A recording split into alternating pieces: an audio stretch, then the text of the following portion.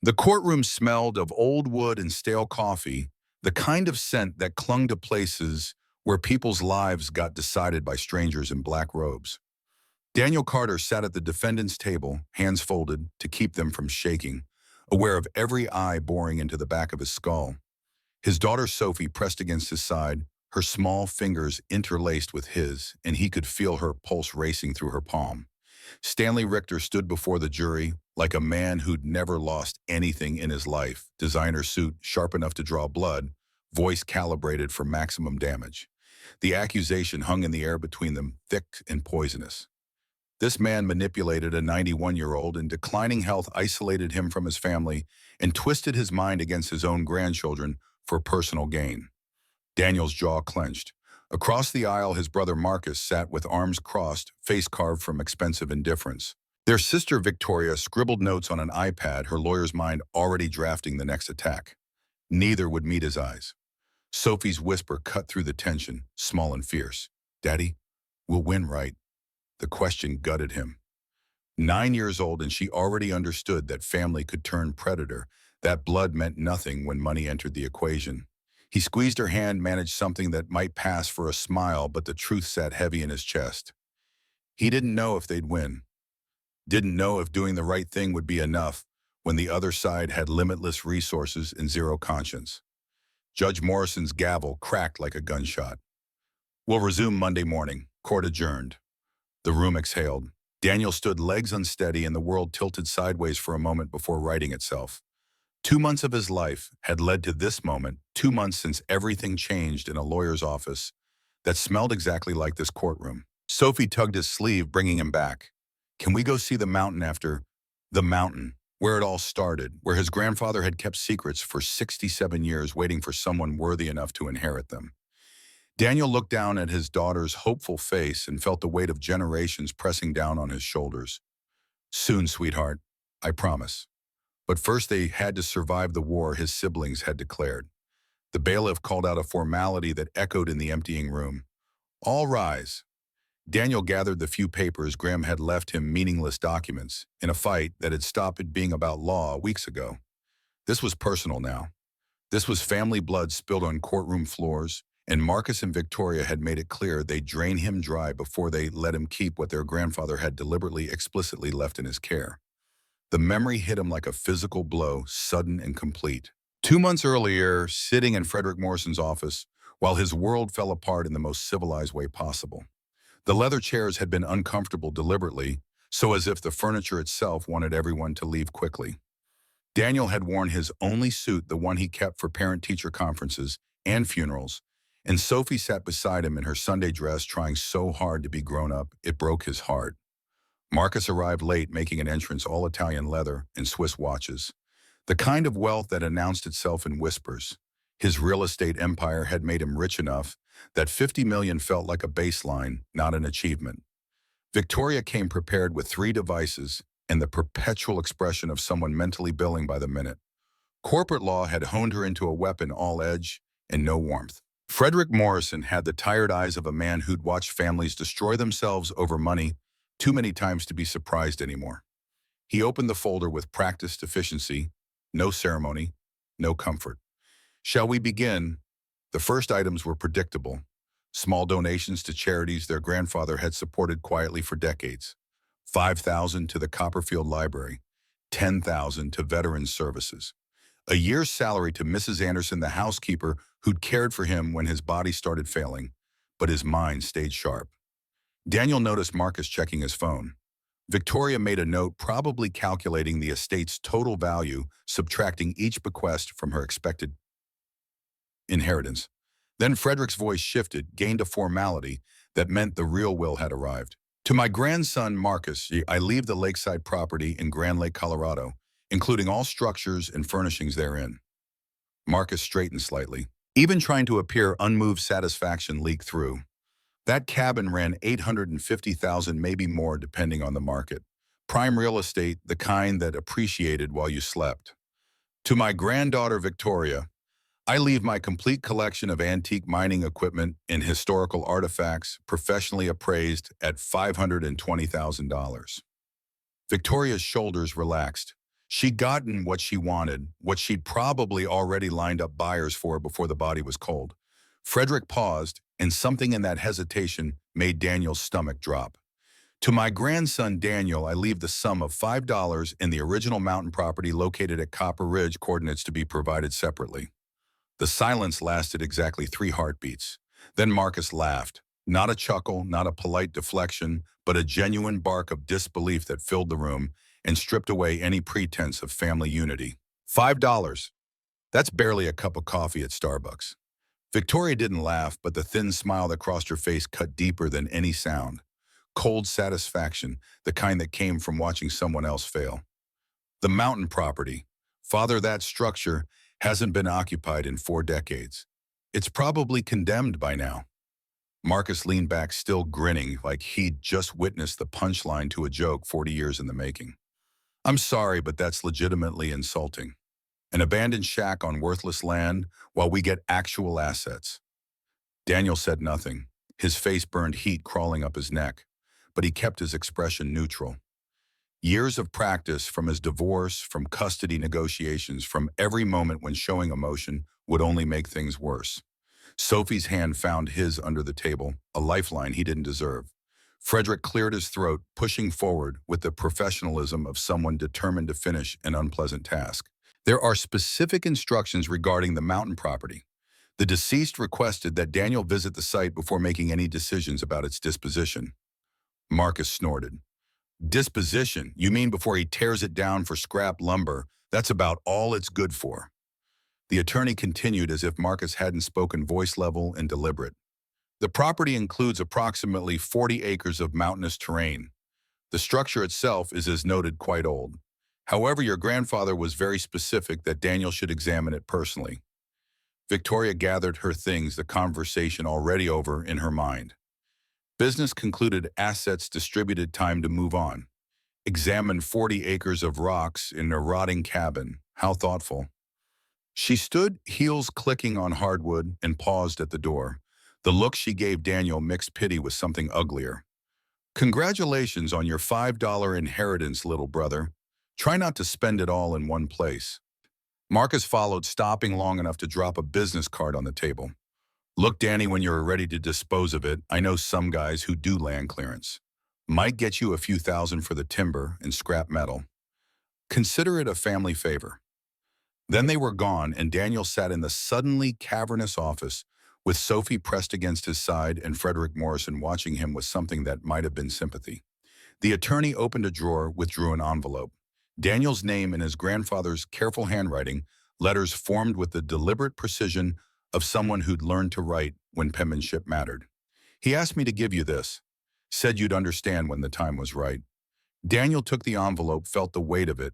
Not heavy, but substantial. Important. The property coordinates indeed are in this folder. No liens, no outstanding taxes. It's fully paid and legally yours.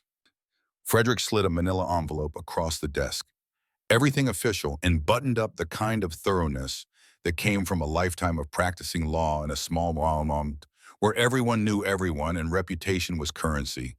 A fully paid shack in the middle of nowhere. The words came out before Daniel could stop them, bitter and raw.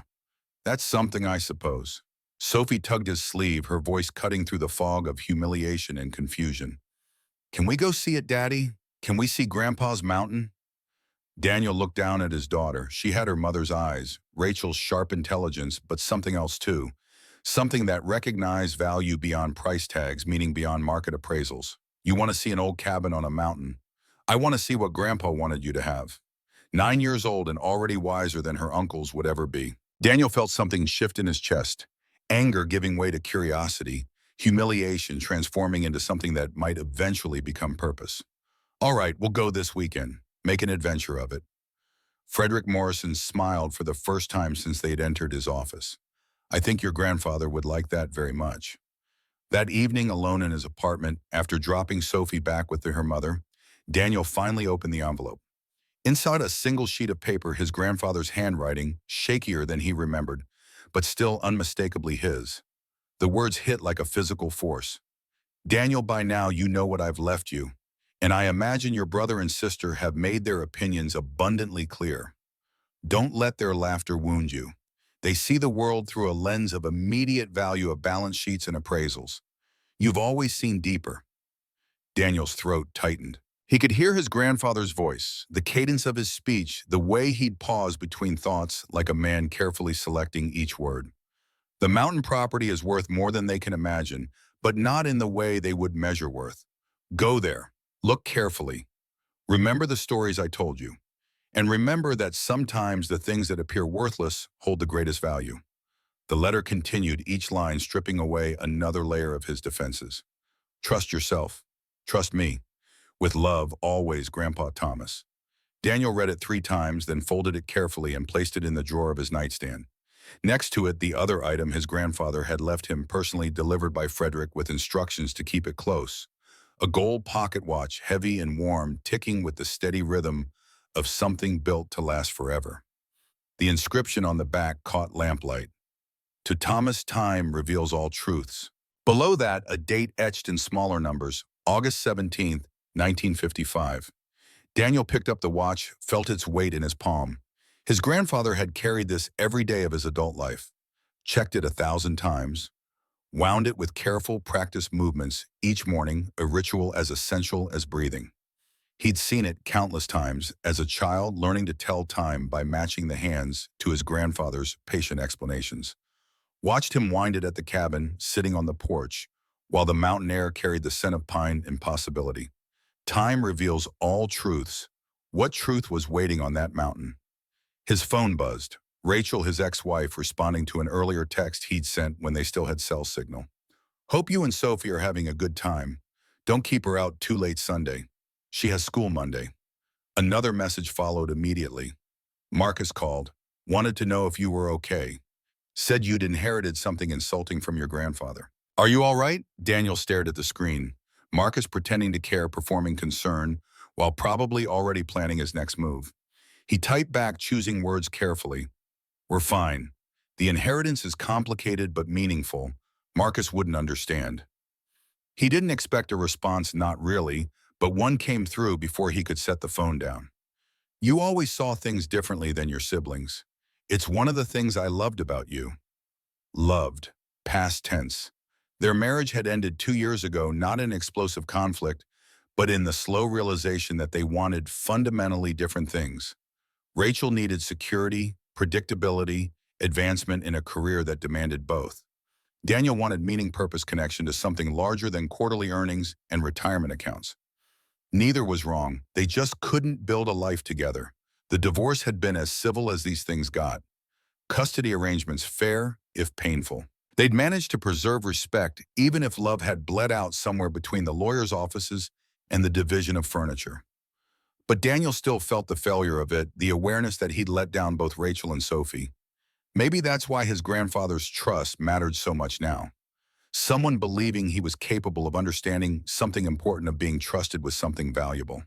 After a year of feeling like he'd failed at the most important commitment of his life, that faith felt like oxygen in a vacuum.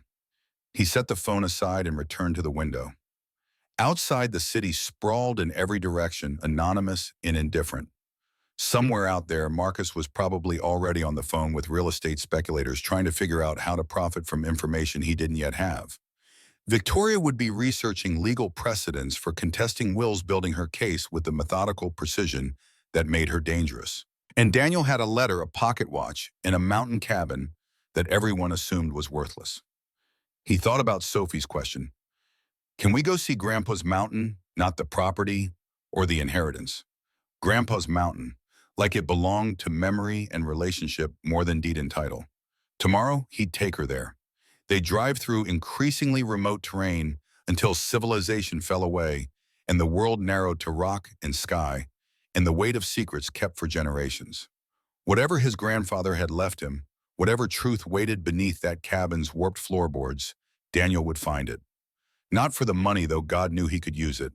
Not to prove something to Marcus and Victoria, though the thought had its appeal. He'd go for the same reason he'd visited every summer as a child, driving his mother crazy, with requests to spend weeks on that mountain with a grandfather who smelled like pipe tobacco and told stories about miners and lost silver. Because some places held meaning beyond function. Some inheritances couldn't be calculated in dollars. And because his grandfather had trusted him enough to wait 67 years for the right person to pass it to. The drive took 3 hours, winding through landscape that shifted from suburban sprawl to rural farmland to mountain wilderness. Sophie sat in the passenger seat of Daniel's Ford truck homework, forgotten in her lap as civilization disappeared in the rearview mirror. How much further? Her voice carried excitement more than impatience, the kind of anticipation that made childhood magical. According to the GPS, about 20 minutes. But we lost cell signal 15 minutes ago, so we're navigating by memory now. Daniel remembered this road, though he'd only traveled it a handful of times decades ago.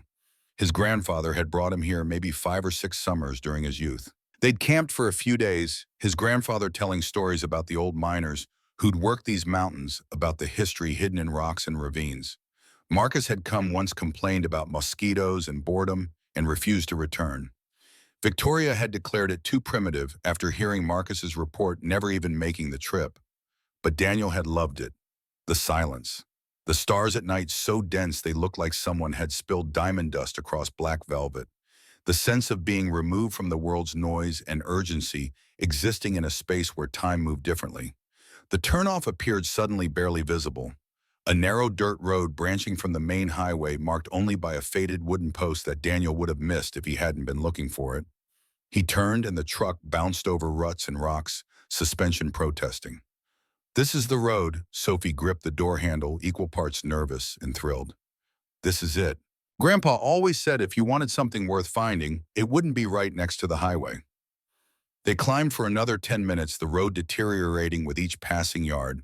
Trees pressed close on both sides, branches scraping paint, until finally the forest opened into a small clearing. And there it was. The cabin looked worse than Daniel remembered, though maybe that was just the honesty of adult eyes compared to the romance of childhood memory.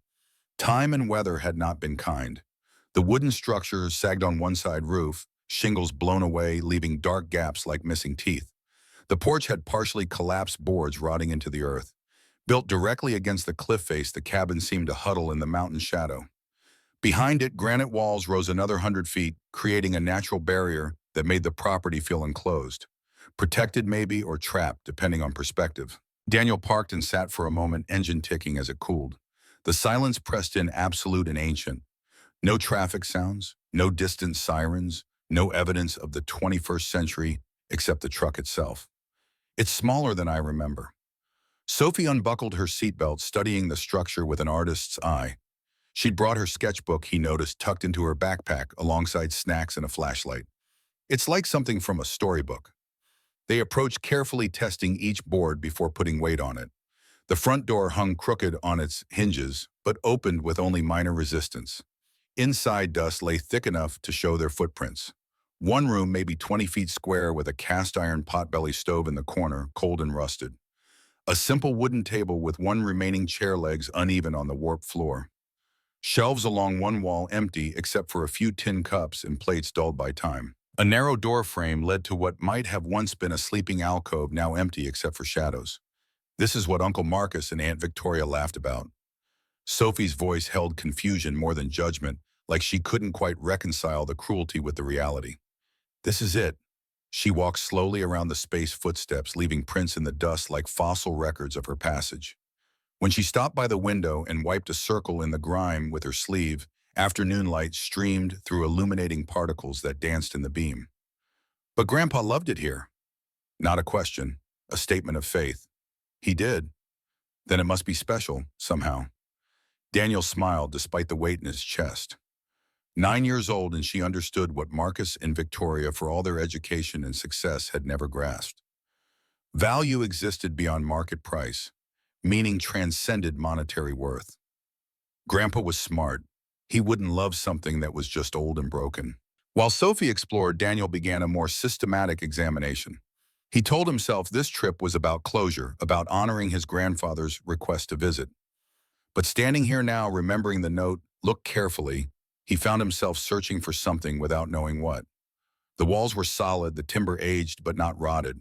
The stove, though rusted, was well made, probably worth something to an antique collector. The shelves held nothing of interest. He was about to give up when Sophie called from the alcove. "Daddy, come look at this." She knelt in the corner, pointing at something on the floor.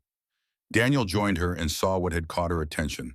A small metal tin, the kind that might have held tobacco or tea, wedged between two floorboards and barely visible beneath decades of accumulated dust. He worked it free carefully. Inside, protected from moisture by a layer of wax paper, were photographs. The first showed his grandfather as a young man, maybe 30 years old, standing with a group of other men in front of this very cabin. All wore work clothes and hard hats. Miners, Daniel realized, or prospectors. The second photograph showed his grandfather, alone older, standing in the same spot but decades later. He was smiling, holding something in his hands, but the image was too faded to make out what. The third photograph stopped Daniel's breath in his chest. It showed a young boy himself standing next to his grandfather, right here in this cabin. Daniel couldn't have been more than 10. He remembered that visit now, though he'd forgotten this photograph existed. His grandfather had his arm around Daniel's shoulders, and both were smiling at the camera with genuine joy. "That's you." Sophie's delight was infectious, pulling him back from the edge of overwhelming emotion. "That's me." He studied the image, searching his memory. What had they done that day? They'd explored. He remembered that much. His grandfather had shown him the mountain, taught him about minerals and geology.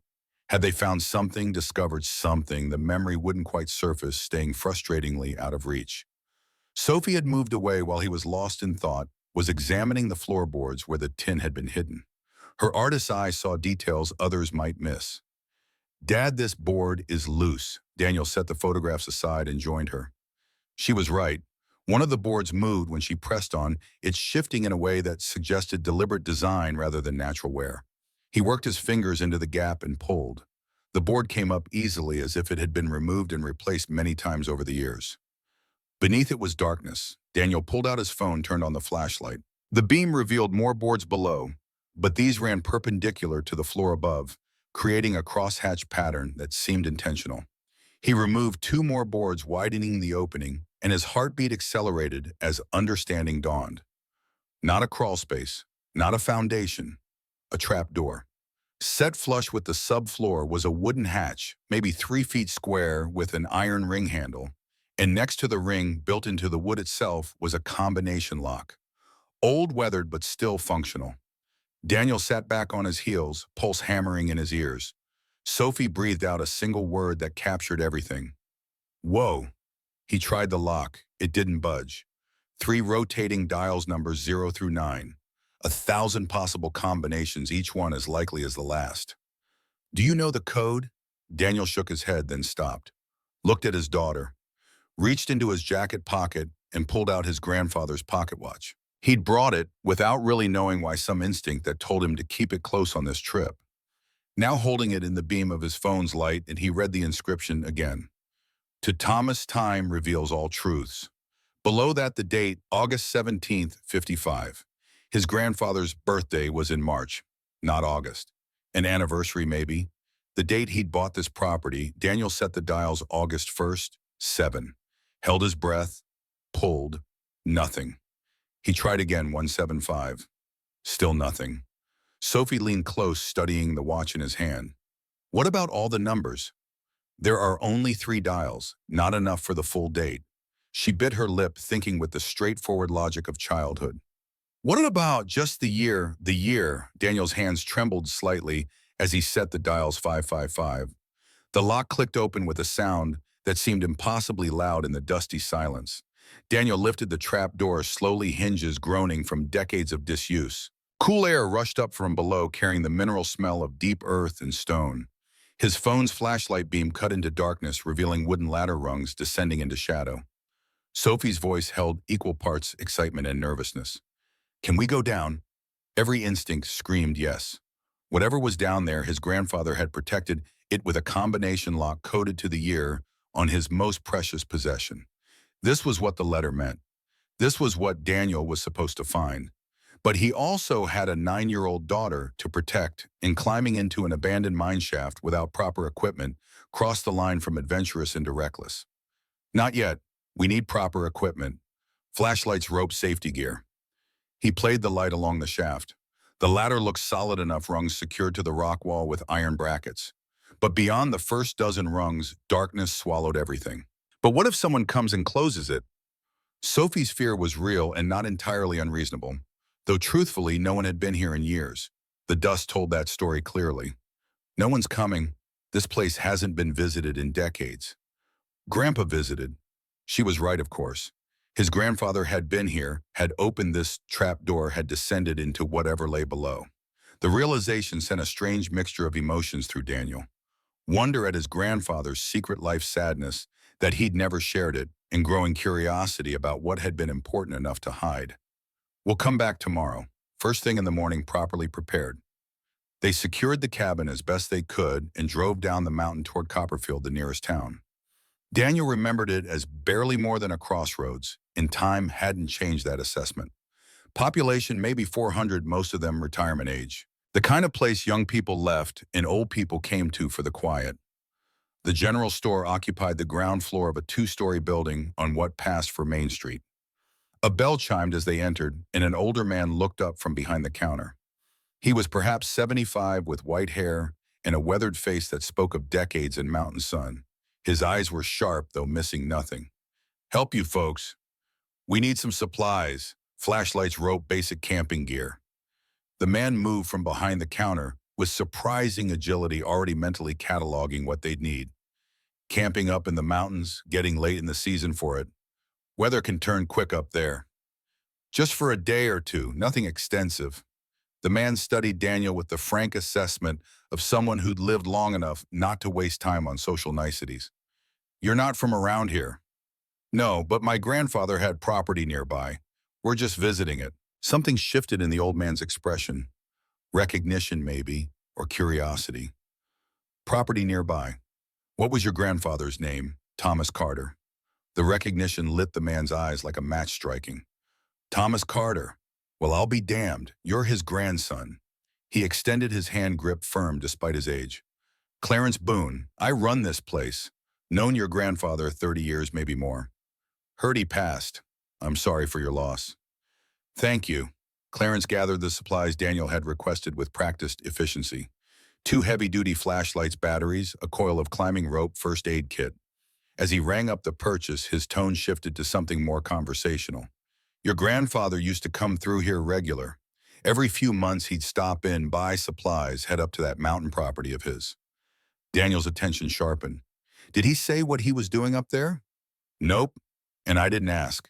Man's entitled to his privacy." Clarence bagged the items, but his expression suggested he had more to say and was deciding whether to share it. Always figured he was doing something more than just camping, though. He'd buy specific things. Surveying equipment, rock hammers, that kind of gear. Not what you'd take for a recreational visit. Daniel absorbed this information, pieces of a puzzle he didn't yet understand falling into place. "Did anyone else ever go up there with him?" He said, "Not that I saw. He always came alone. Sometimes he'd stay up there for weeks at a stretch." Clarence leaned on the counter, voice dropping to something more confidential. "You planning to do something with the property? Sell it?" "I haven't decided yet." "Well, if you need anything while you're here, I'm around. Store's open 7 days." Then as Daniel was turning to leave, Clarence added something that made him pause. "Your grandfather was a good man, honest.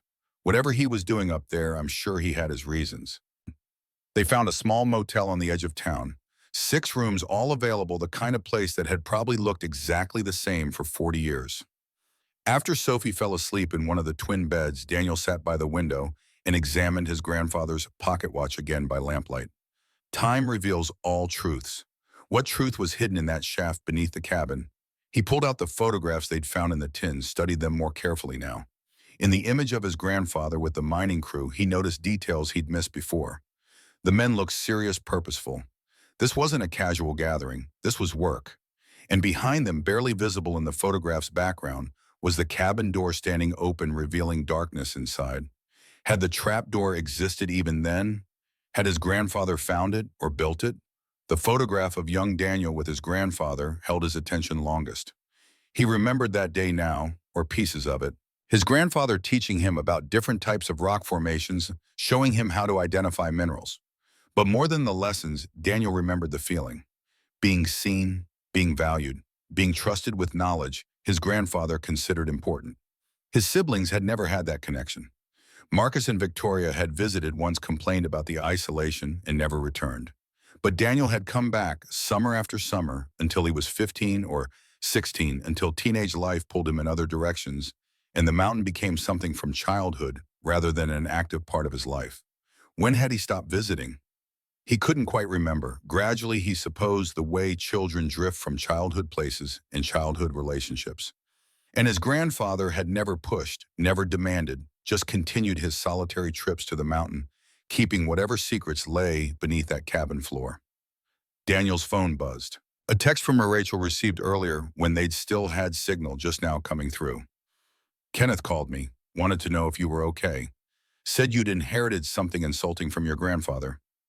Are you all right? Marcus, pretending to care, performing concern, while probably already planning his next move. Daniel typed back carefully. We're fine. The inheritance is complicated but meaningful. Marcus wouldn't understand. He didn't expect a response, not with the spotty signal, but one came through almost immediately. You always saw things differently than your siblings. It's one of the things I loved about you. The word hit harder than it should have. Loved past tense, a door closed and locked, but also acknowledgement that she'd seen something in him once, something Marcus and Victoria had never possessed. The ability to see value beyond price tags. Maybe that's what his grandfather had seen too. Daniel set the phone aside and returned to the window. Outside, Copperfield was dark except for a few streetlights. Stars blazed overhead in the way they only did far from cities, the Milky Way, a river of light across the sky. His grandfather had taught him constellations on this mountain, pointing out patterns and telling the old stories behind their names.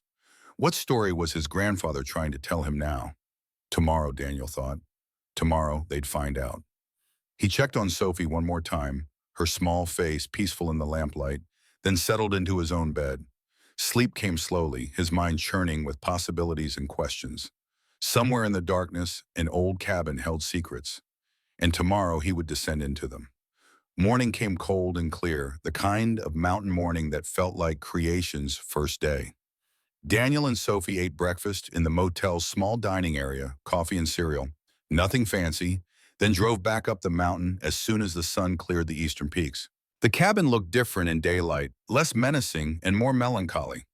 Just an old structure slowly surrendering to time and weather, distinguished only by what it concealed beneath warped floorboards. But Daniel knew now that appearances were deceiving. Beneath the weathered exterior lay something his grandfather had considered worth protecting, for decades worth coating with locks and keeping secret from everyone except the one person he trusted to understand. They entered carefully, and Daniel removed the floorboards again, exposing the trapdoor. In daylight filtering through dirty windows, he could see more detail. The wood of the hatch was different from the floor surrounding it. Newer, better maintained. His grandfather had built this, or at least rebuilt it, in recent decades. Ready? Sophie nodded, though he could see nervousness in her eyes alongside the excitement. You stay up here while I check it out. If anything seems wrong, I'll come right back up. He clipped one of the flashlights to his belt, held the other in his hand, and tested the first ladder rung. It held his weight, the second the same. He descended slowly, checking each rung before committing his full weight. The shaft went down 30 feet, the ladder secured to the rock wall with iron brackets that showed signs of recent maintenance. His grandfather's work again keeping the passage safe. At the bottom, his feet touched solid stone. He swept the flashlight beam around and felt his breath catch. He was standing in a tunnel, hand-carved from the mountain's granite, maybe 7 feet high and 5 feet wide. Timber beams supported the ceiling at regular intervals, and the floor was worn smooth from years, perhaps decades of foot traffic. This wasn't a natural cave. This was a mine. Daddy, are you okay? Sophie's voice echoed down the shaft, worried and distant. I'm fine, it's a tunnel. I'm going to look around a bit. Don't go too far. I won't. Daniel followed this tunnel. It ran straight for perhaps 50 yards, then opened into a larger chamber. Here the mining work was more evident. Tool marks scored the walls where ore had been extracted, and against one wall, several wooden crates stacked carefully. He approached cautiously, half expecting them to crumble at his touch. But they were solid, the wood weathered but intact. He opened the nearest one and found rocks. Not just any rocks, but ore samples. Chunks of stone shot through with gleaming mineral veins that caught his flashlight beam and threw it back in silver fire. The next crate held tools, mining equipment, mostly hand tools, pickaxes and chisels and hammers, all showing signs of age and use. Antiques by the look of them, but well maintained. The third crate was different, smaller, more carefully constructed. Inside, wrapped in oilcloth, was a leather-bound book. Daniel lifted it carefully, hands trembling slightly. The leather was cracked with age, but still intact. He opened it to the first page and read in faded ink, Journal of Elijah Thorne, March 1897, a prospector's journal. Daniel's pulse accelerated as he turned pages. The entries were detailed, describing Elijah's arrival in Colorado, his search for silver, his eventual discovery of this site. The writing was careful, educated, not what Daniel would have expected from rough frontier stereotypes. May 15th, 1897. I've staked my claim today. The vein runs deep, richer than anything I dared to hope for. But the mountain holds more than silver. There are signs of earlier inhabitants, the native peoples, who knew this land long before men like me came seeking fortune. Daniel flipped through more pages, scanning entries about mining techniques and ore quality, occasional visits to town for supplies. Then about halfway through the journal, the tone changed dramatically. August 3rd, 1899. They were watching, I'm certain of it now. Carson's men, or maybe the syndicate from Denver. Someone knows about the strike, must be more careful. The entries became shorter, more paranoid. August 19th, 1899. Move the good samples deeper into the system. Tore 3 pages from journal in case it falls into wrong hands. 3 pages torn, Daniel checked. Sure enough, ragged edges showed where pages had been removed, careful surgery performed over a century ago. The final entries were cryptic, almost coded. September 2, 1899. Hidden it where only blood will find it. The mountain keeps its promises.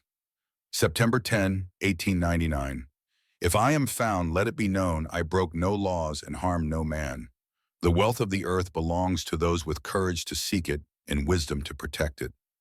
After that, blank pages. The rest of the journal empty, as if Elijah had simply stopped writing. Or stopped being able to write. But Daniel noticed something else tucked into the back of the journal. A hand-drawn map, not of the surface, but of the tunnel system. The chamber where Daniel stood was marked clearly, but the map showed 3 additional passages branching off. Passages he hadn't yet explored. He folded the map carefully and tucked it into his jacket pocket, then gathered the journal and several ore samples and made his way back to the ladder. Sophie's relieved face appeared above as he climbed. You were gone forever. 10 minutes, maybe 15, but I found something important. Up in the cabin, Daniel showed her the journal. Sophie handled it with the reverence of a child who'd been taught to respect old things, turning pages with careful fingers.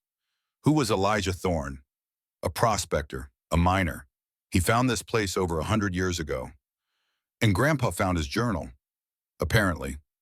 Daniel opened the map, spread it on the dusty floor. Sophie leaned close, tracing the lines with her finger. What's in the other tunnels? That's what we need to find out, but not today. He'd already pushed his luck, descending alone into an unmapped mine. Exploring further required more time, more preparation, and frankly, more understanding of what he was dealing with. A historical mine was one thing. A mine that might still contain valuable ore was something else entirely. They spent the rest of the morning examining the cabin more thoroughly.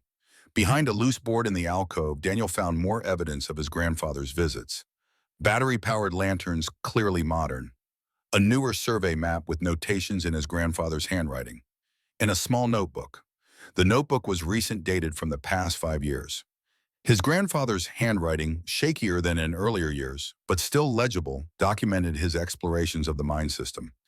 East Tunnel partially collapsed, unsafe for deep exploration. West Tunnel shows evidence of water intrusion, possible underground spring.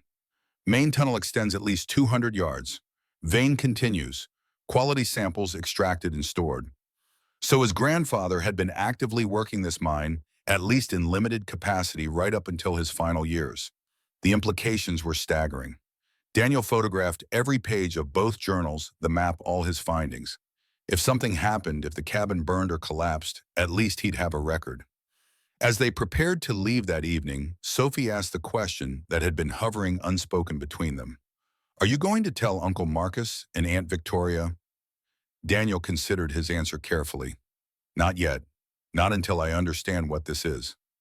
They'll be mad if they find out. They're already mad. This won't change that. But even as he said it, Daniel knew the situation was more complicated. If this mine contained significant mineral deposits, his siblings would fight for a share. The will had been clear, but Marcus had money for lawyers and Victoria was a lawyer. They could tie things up in court for years. No. Better to understand the full scope before saying anything.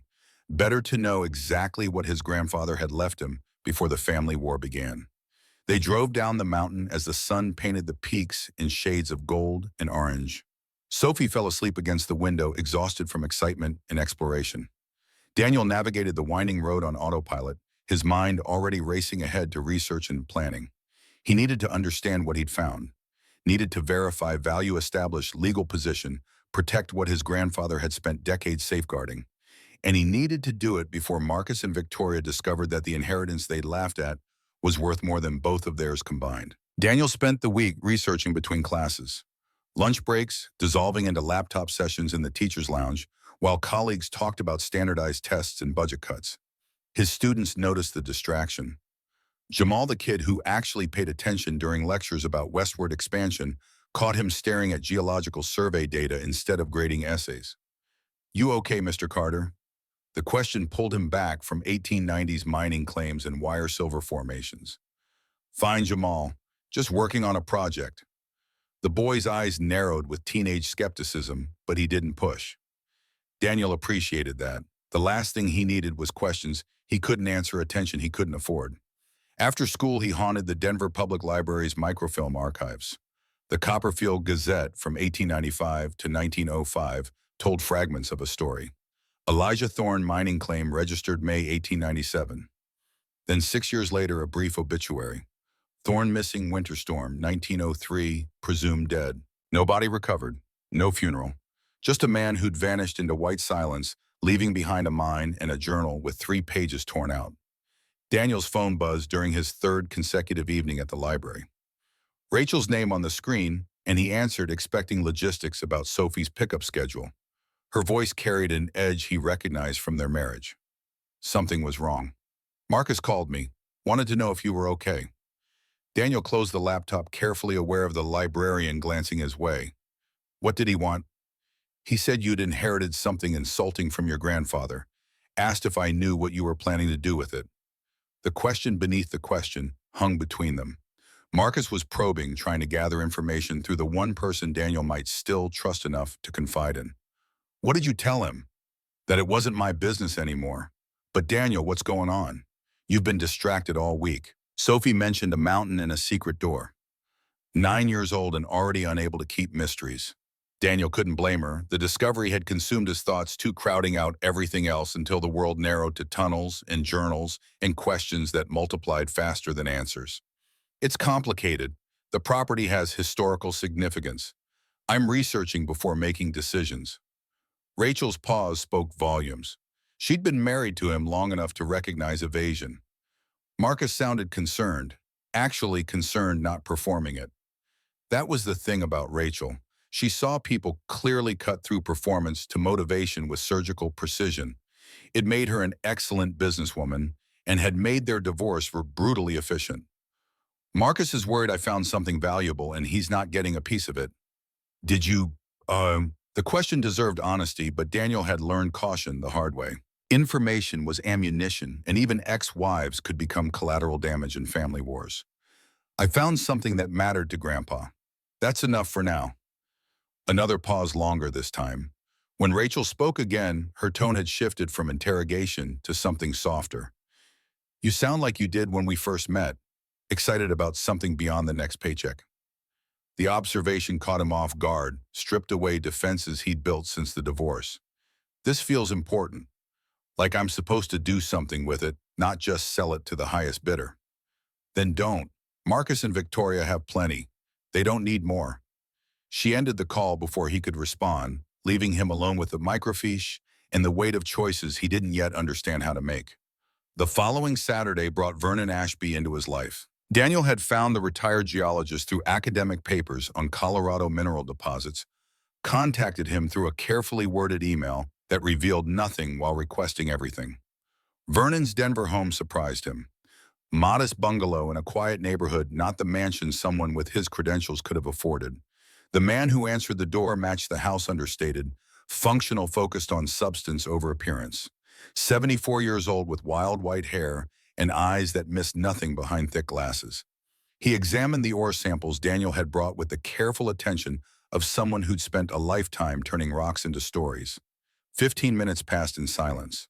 Vernon worked at a microscope in his basement laboratory equipment that would have cost more than Daniel's annual salary surrounding them.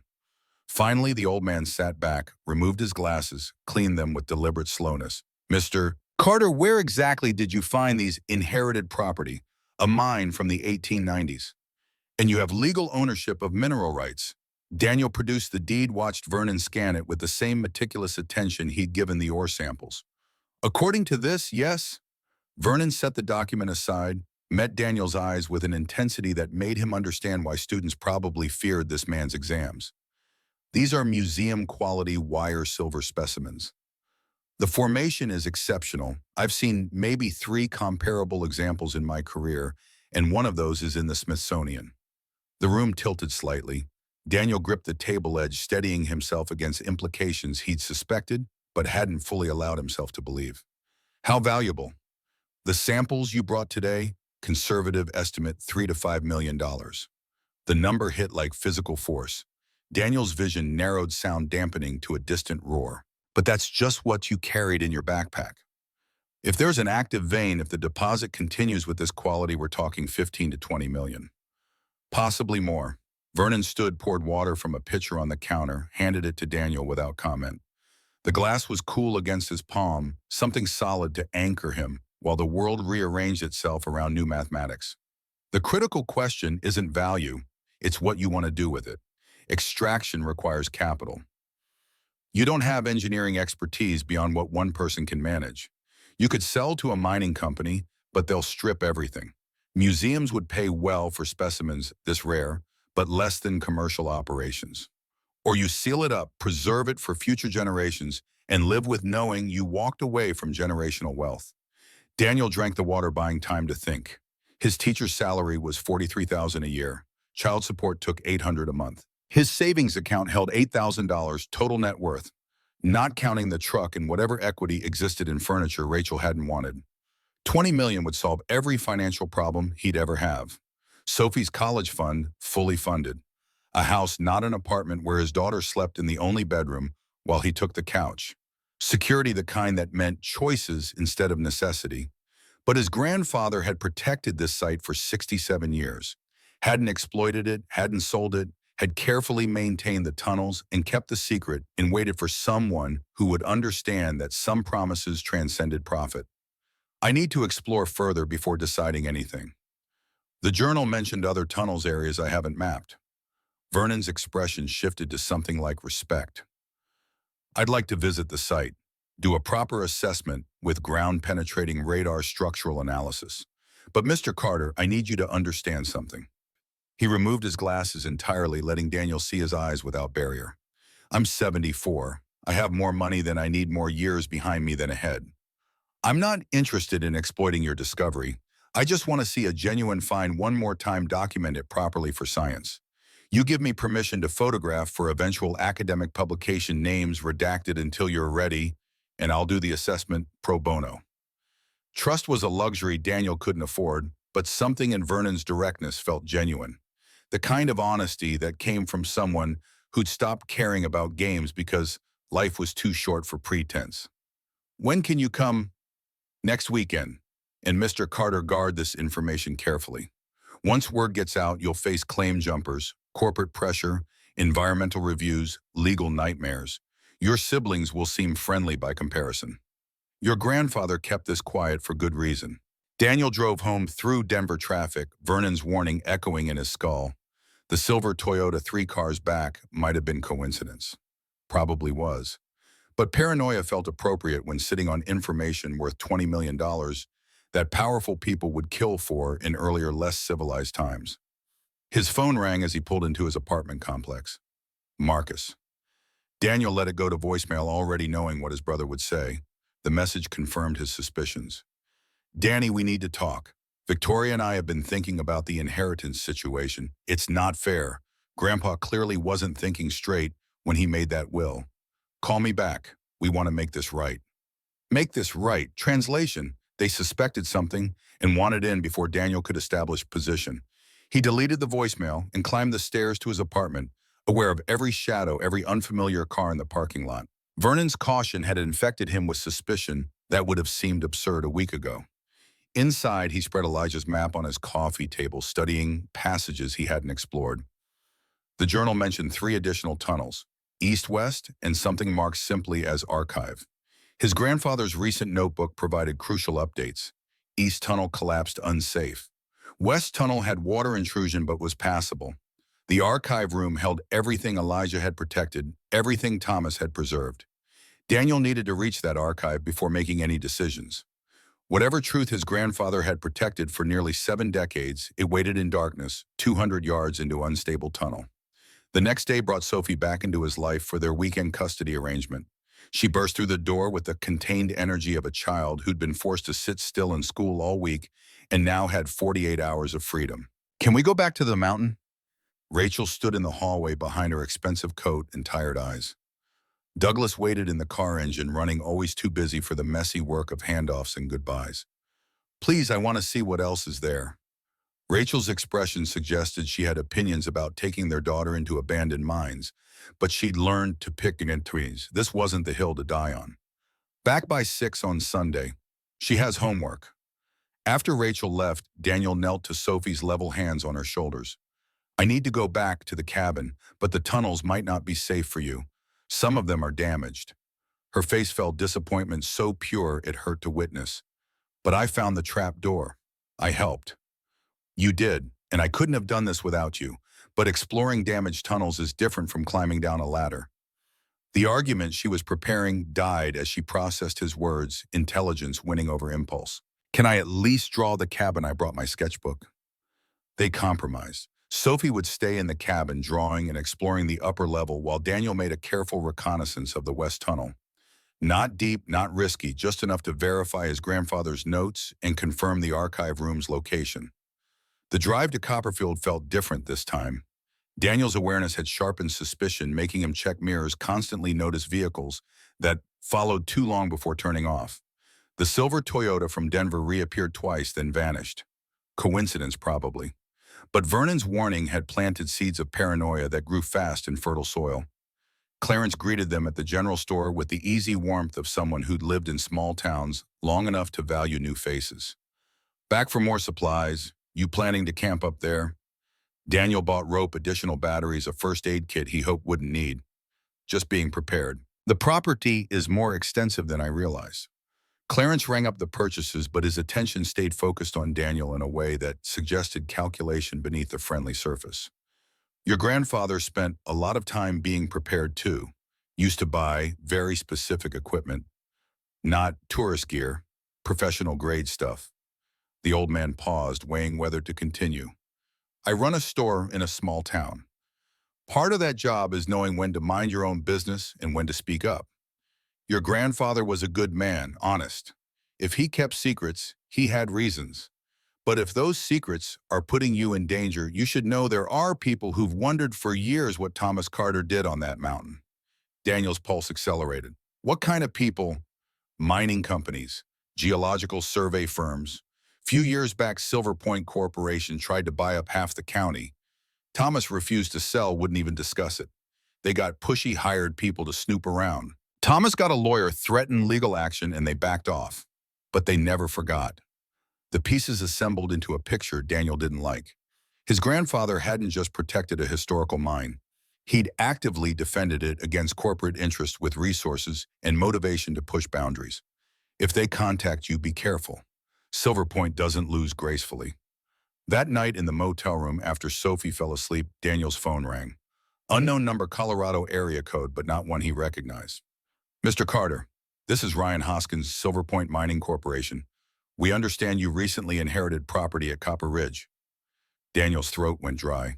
Clarence's warning echoed in his skull. How did you know that? Public records? Estate filings are available to anyone who knows where to look. The voice was professional, male-educated. the kind of smooth competence that made boardrooms feel civilized while executing ruthless strategies. We specialize in revitalizing historical mining sites.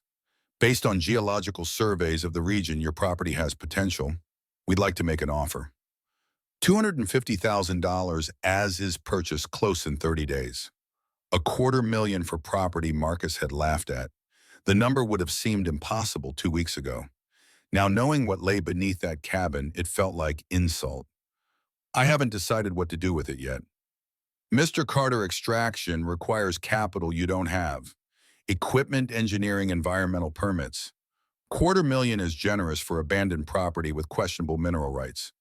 Daniel's grip tightened on the phone. I'll think about it. Don't think too long. We have other options in the area. The call ended, leaving him staring at the darkened screen. Silver Point knew. Somehow they'd learned about his inheritance fast enough to prepare an offer within days of the will reading. Either they'd been watching his grandfather for years, or someone had tipped them off. Marcus. The thought arrived with certainty. His brother had probably contacted mining companies for property appraisals, accidentally painting a target on Daniel's back, while trying to prove the inheritance was worthless. He called Vernon, despite the late hour. Silver Point Mining just offered me $250,000. Vernon's curse was quiet but emphatic. They're circling already. That's a fraction of what the specimens alone are worth, never mind an active deposit. They'll offer you $1 million, next maybe $2 million, and by the time you realize you've been robbed, they'll have extracted $20 million and left you with legal fees. How do I protect myself? Document everything. Get proper geological assessment on record. Establish mineral rights clearly. And for God's sake, don't sign anything they send you. After Vernon hung up, Daniel sat in the darkness listening to Sophie's breathing from the other bed.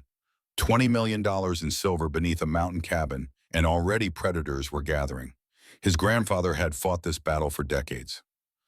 Now it was Daniel's turn. Sunday morning brought Vernon up the mountain in a pickup loaded with equipment. Ground-penetrating radar, seismic sensors, rock analysis tools, structural laser measuring devices that looked like they belonged in science fiction.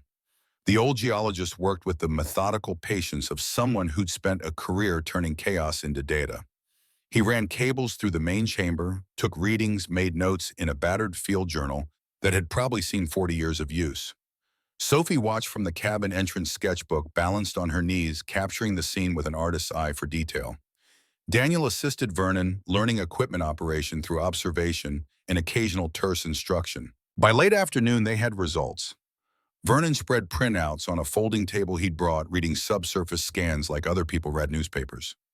Timber supports are solid, several beams replaced within the last decade your grandfather's work. Main tunnel is safe for continued access. East tunnel shows significant collapse at the 50-yard mark, unsafe to proceed. West tunnel is passable, but water damage is evident at approximately 150 yards. He pulled up a different scan, this one showing density variations that meant nothing to Daniel until Vernon translated. The vein runs deep, at least 400 yards into the mountain, probably more. Ore quality appears consistent throughout based on resonance patterns. This is extraordinary, Mr. Carter. One of the last significant undiscovered deposits in Colorado, possibly in the entire Rocky Mountain region.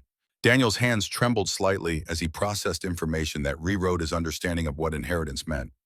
Conservative estimate, properly extracted and marketed to museums and collectors, 15 to 20 million. Potentially 25 if you find the right buyers and document provenance properly. 25 million. The number was incomprehensible. Daniel taught American history to teenagers who didn't care.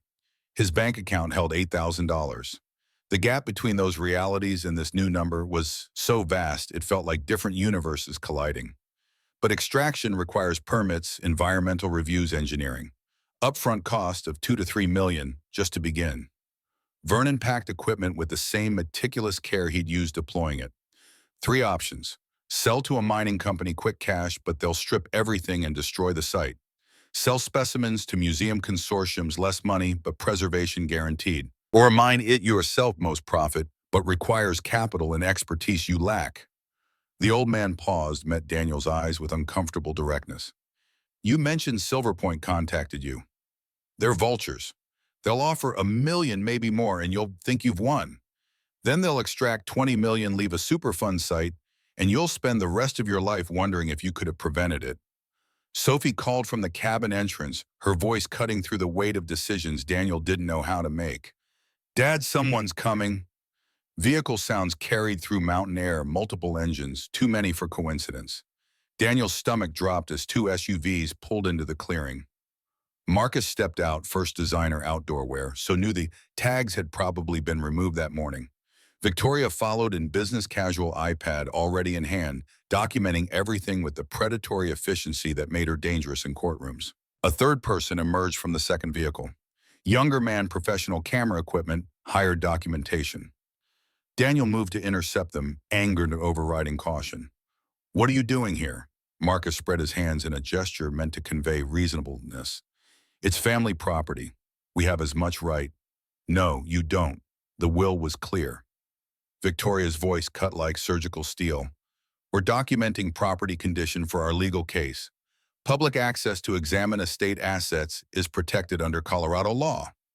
Vernon had stopped packing, was watching the confrontation with the wary attention of someone who'd seen academic disputes turn ugly. Marcus spotted the equipment recognition dawning in his eyes. "Who's this, and why do you need professional geology equipment at an old cabin?" Vernon's response was calm, almost bored. "A friend. Friends don't bring ground-penetrating radar to abandoned buildings." Marcus turned to Daniel, and something in his expression shifted from curiosity to accusation. "What did you find? Because clearly you found something." "Nothing that concerns you." Victoria stepped closer, lawyer instincts, sensing blood and water. "Daniel, we know there's something here. Our investigators saw lights in the mine activity, equipment deliveries. Whatever it is, we can challenge the will on grounds of concealment. Grandfather deliberately obscured the property's true value to manipulate distribution. He was completely competent. His attorney will testify to that." Marcus's frustration broke through polished civility. "This is ridiculous. You're a high school teacher making $40,000 a year. We're offering you financial security, a way out of that crappy apartment where you sleep on a couch because you can't afford a second bedroom." The accuracy of the attack stung more than the malice. "I don't want your money." "Then what do you want?" The question hung in mountain air, crystallizing everything into clarity. "To honor Grandpa, something you two never cared about." Victoria closed her iPad with deliberate precision. "We'll see what the court says about that. Expect a lawsuit Monday morning." They left in a spray of gravel and expensive outrage, but the damage was done. Daniel's hands shook with adrenaline, crashed the confrontation, having stripped away any illusion that this could be resolved privately. Vernon finished packing in silence, then spoke quietly. "They're filing Monday." Daniel nodded, throat too tight for words. "Then you need leverage. Something that proves your grandfather's intentions went beyond simple wealth distribution. Something that makes this bigger than family squabbling over money." "Like what?" Vernon considered Cho's words carefully. "Your grandfather's notebook mentioned an archive room. West Tunnel 200 yards in. If he kept documentation, there are records of what he was protecting and why that could change the entire legal framework. This stops being about inheritance and becomes about historical preservation, cultural heritage promises that transcend individual ownership." The old man loaded the last equipment case into his truck. "We should go now, today, before they can file restraining orders or freeze access. Whatever your grandfather protected, you need to know what it is before lawyers start rewriting reality." Sophie appeared at Daniel's elbow, backpack already shouldered. "I'm coming with you." "Sweetheart, the tunnel isn't safe. Grandpa's letter said you'd understand when you were ready. Maybe I need to understand too." 9 years old, and she'd cut through to truth faster than adults managed in lifetimes. This was her inheritance too. Her great-great-great-great-grandfather's promise, her great-grandfather's 67 years of protection, her father's responsibility to continue what had been started over a century ago. Daniel looked at Vernon, who shrugged. "Your call, but if we're going, we go now." They descended together, 3 generations separated by decades but connected by the same pull toward truth that Marcus and Victoria would never feel. Heavy-duty lights cut through darkness that had swallowed Elijah's secrets and held them safe until someone worthy arrived.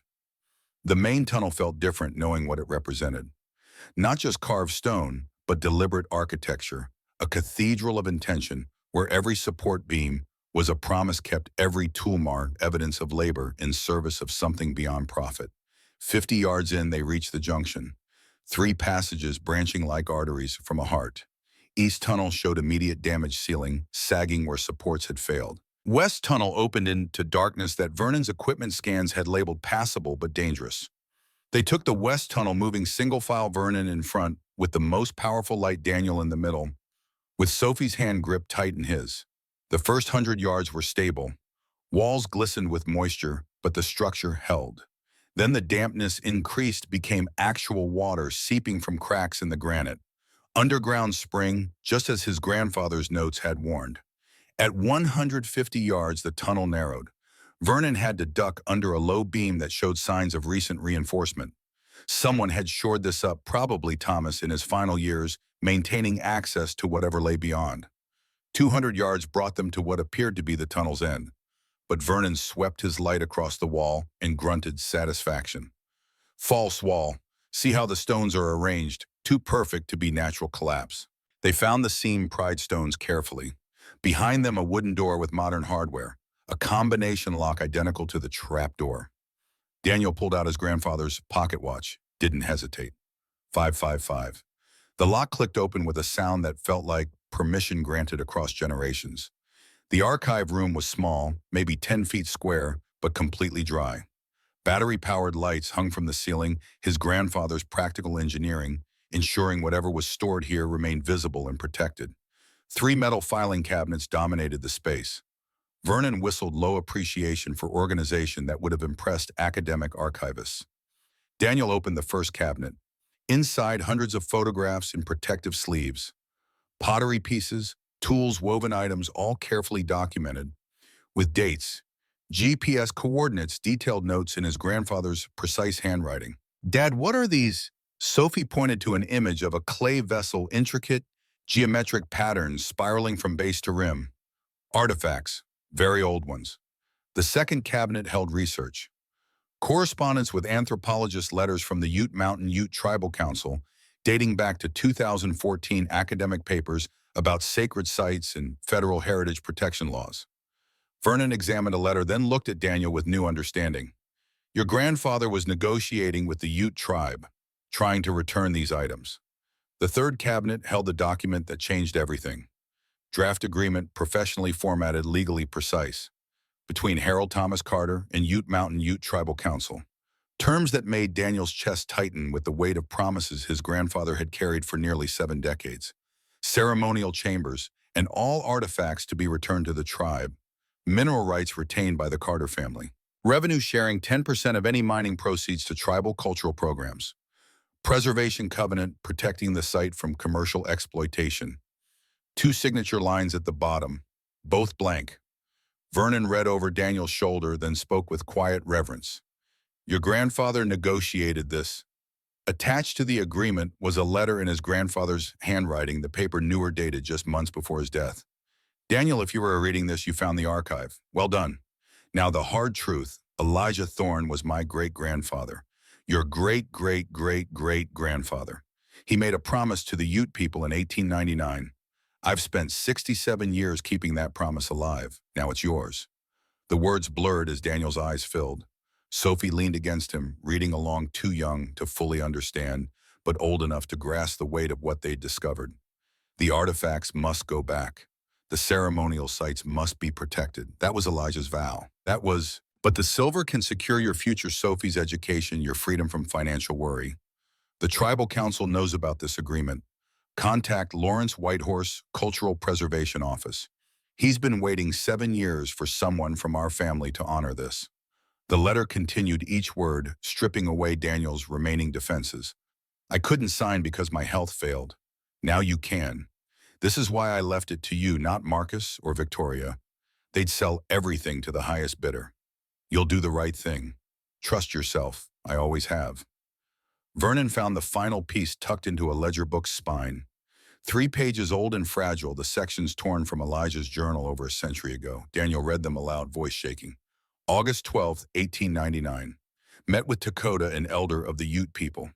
He showed me sacred chambers deeper in the mountain. I felt ashamed standing there with my greed, my pickaxe, and my dreams of wealth in a place his ancestors used for ceremony and vision. The second page continued the story. August 18th, 1899. Dakota asked me to promise, if I profit from the mountain silver, that I will protect what his people left behind, return it someday when the time is right. I gave my word. It's the least I can do for the wealth I'm taking from their sacred ground. The final page revealed everything. August 25th, 1899. I've hidden the artifacts in the deepest chamber. Dakota approves. He says the mountain is patient, that truth survives longer than men who try to bury it. I've hidden my best ore samples too. If dangerous men come, they'll find enough in the obvious places to satisfy greed. But the real treasure, both silver and sacred objects, stays safe. The mountain keeps its promises even when men forget how. Daniel and Vernon stood in silence. Sophie had moved to the photographs, examining each image with careful attention. These belong to someone else, don't they? The people who were here first. 9 years old, and she understood what Marcus and Victoria never would. Some things aren't property. Some debts transcend ownership. Some promises matter more than the wealth they might cost. Vernon began photographing documents with methodical precision. This changes everything. You're not just defending an inheritance. You're honoring a covenant that's been kept for 130 years. Federal heritage protection, laws, tribal sovereignty, historical preservation. Your siblings are about to discover they picked a fight with something bigger than family money. They emerged from the archive room as the sun touched the western peaks, painting the mountain in shades that made it seem on fire. Daniel locked the door behind them, pocketed his grandfather's watch, and felt the weight of 4 generations settle onto his shoulders. Elijah had made a promise to a Ute elder in 1899. His grandfather had protected that promise for 67 years, maintained tunnels and documented artifacts and negotiated agreements, while keeping everything secret from children who would have sold it the moment they learned its value. Now it was Daniel's turn to decide whether promises mattered more than profit, whether integrity could survive the pressure of siblings who had lawyers and resources and zero conscience. His phone buzzed as they climbed back to the surface. Text from Marcus sent hours ago when they were too deep for signal. Last chance, Danny. Work with us or we make this expensive and ugly. Lawsuit filed Monday morning. Vernon helped pack equipment, then paused before climbing into his truck. Whatever you decide, document everything. The artifacts, the tribal agreement, your grandfather's intentions. Make it impossible for anyone to claim this was just about money. After Vernon left, Daniel sat on the cabin porch with Sophie, watching stars emerge one by one. The Milky Way became visible as full darkness fell that river of light his grandfather had taught him to navigate by. Are we going to give the artifacts back? Yes. Even though they are worth a lot of money. Especially because they're worth a lot of money, something that matter more than what they cost. Sophie considered this, then spoke with the clarity of someone too young to have learned cynicism. Uncle Marcus and Aunt Victoria won't understand. No, they won't. And that's why Grandpa left this to me instead of them. They drove back to Denver through darkness. Sophie falling asleep against the window, while Daniel's mind raced with decisions that would determine not just his future, but whether a 130-year-old promise survived contact with lawyers and greed. Monday morning brought the lawsuit delivered by email before Daniel had finished his first coffee. Victoria's legal letterhead, Stanley Richter's signature pages of accusations that transformed family grief into commercial transaction.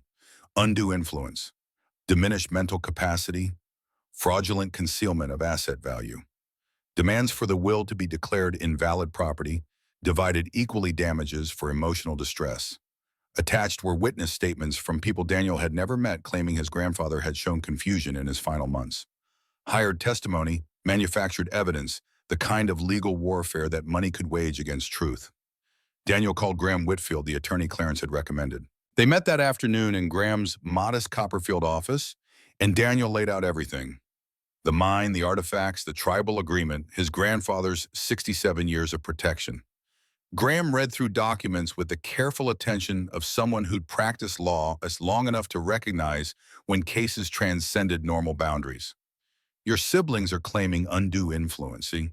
That's what they threatened. On what grounds you visited him more than they did, but that's not manipulation. That's family. Graham studied the geological reports Vernon had provided, the photographs of artifacts, the draft agreement with the Ute Mountain Ute Tribal Council. Here's what you have in your favor: a properly executed medical documentation of your grandfather's competency at the time, and a property that's clearly valuable. But more importantly, you have this tribal agreement. Federal law protects indigenous heritage. If the Ute Council intervenes as an interested party, your siblings will face complications they haven't anticipated. So what do I do? Graham leaned back, the chair creaking under his weight. First, contact the tribal council immediately. Get them involved, establish that this isn't just about family assets, but about cultural heritage and promises that predate modern property law. Second, we file a counter motion as soon as your siblings officially serve papers. We argue this isn't just inheritance dispute, but preservation of historical sites and honoring agreements your grandfather made in good faith. Graham pulled out a legal pad, began making notes.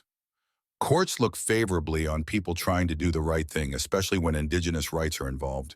Your willingness to return priceless artifacts while your siblings scramble for money will demonstrate exactly why your grandfather chose you. The retainer was $5,000. Daniel's savings could cover it, with $3,000 left over for maybe 2 months of additional legal fees if the fight dragged on.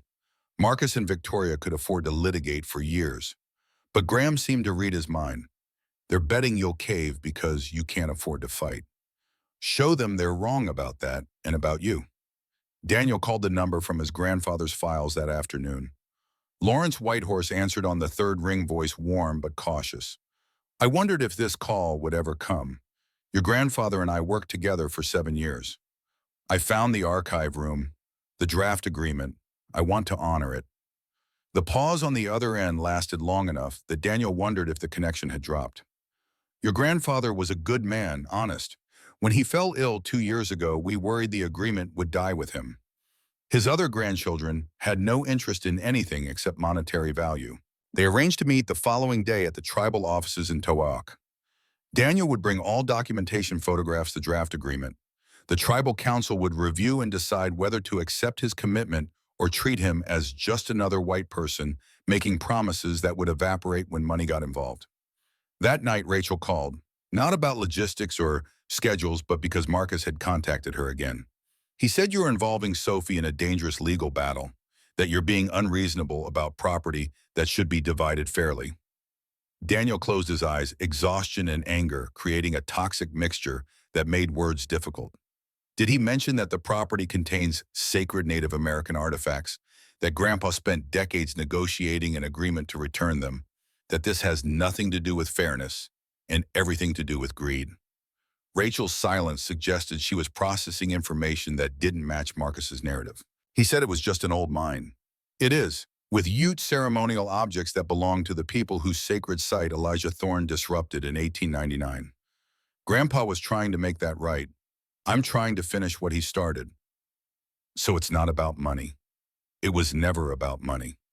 Another pause, then Rachel's voice came back softer. Doug thinks you should just sell and split it. Doug doesn't get a vote. I know, and I think your grandfather was right to trust you. You were always the one who cared about doing things the right way, even when it cost you. The unexpected support nearly broke through Daniel's carefully maintained control. After everything, after the divorce, in the distance and the reconstruction of separate lives, Rachel still saw something in him worth respecting. Marcus is threatening to drag this through courts for years. Let him. Sophie needs to see that integrity matters more than comfort, that some promises are worth keeping even when they're expensive. The tribal offices in Towaoc were modest but dignified, a building that announced respect for tradition without performing it.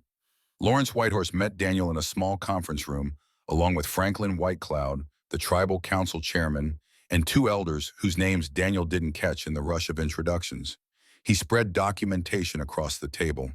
Photographs of artifacts, his grandfather's meticulous notes, the draft agreement, Elijah's torn journal pages. Everything that proved this was about more than silver and inheritance disputes. Franklin examined a photograph of a pottery vessel, traced the patterns with one finger.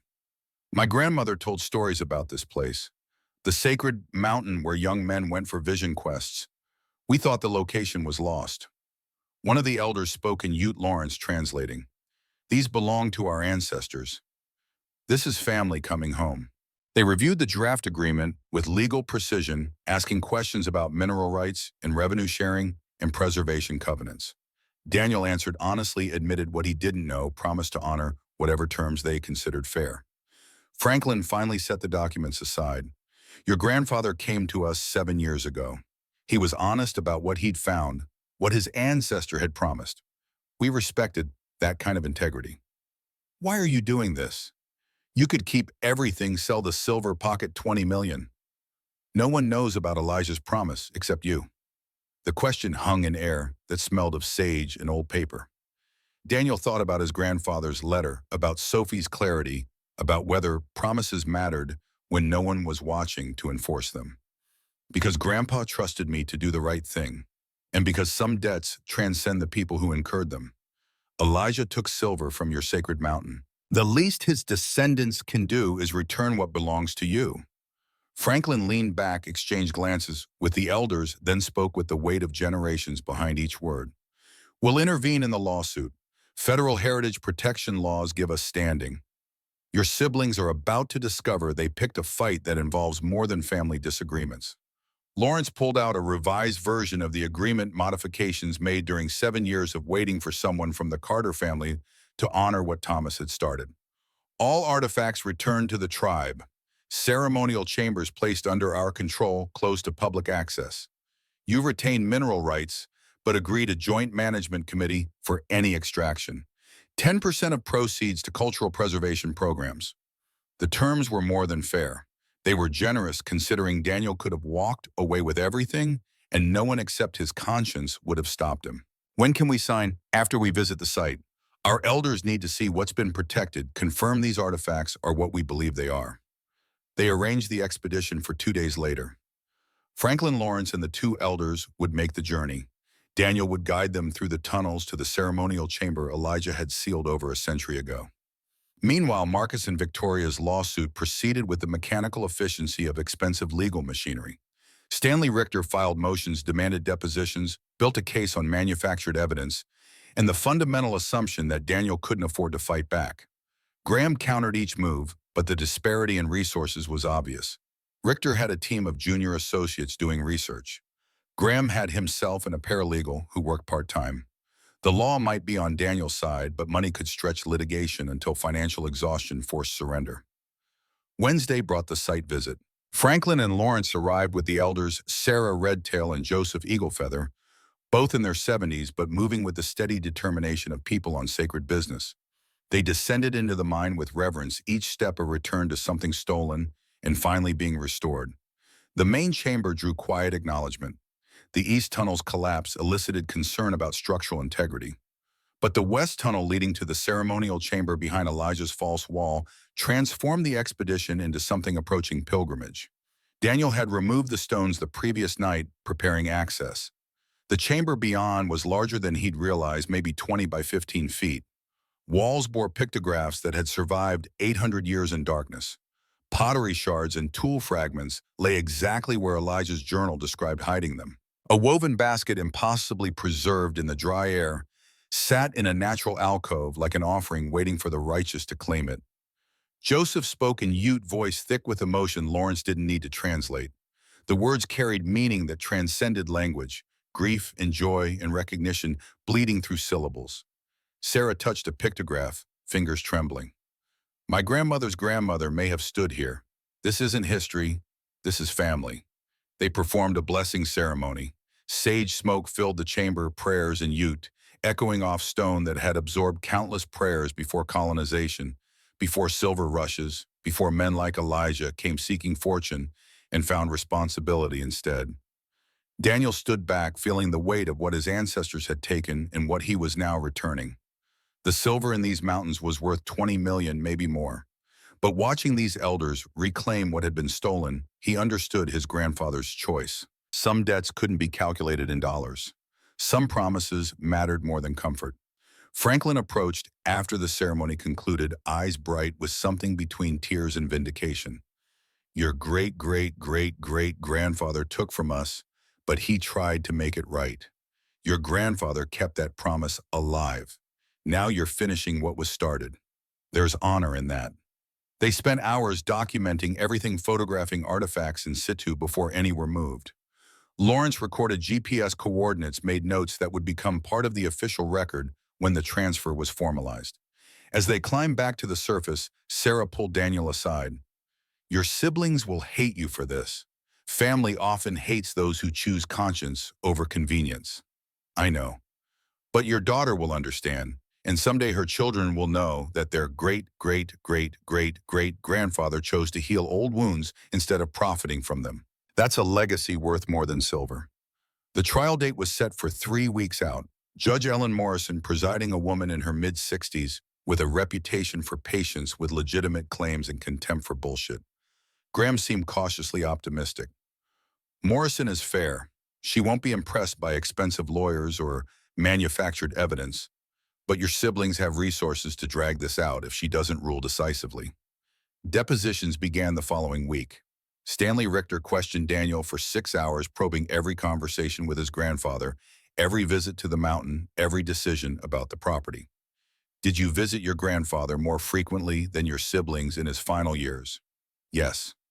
Did you discuss the mountain property during these visits? Sometimes.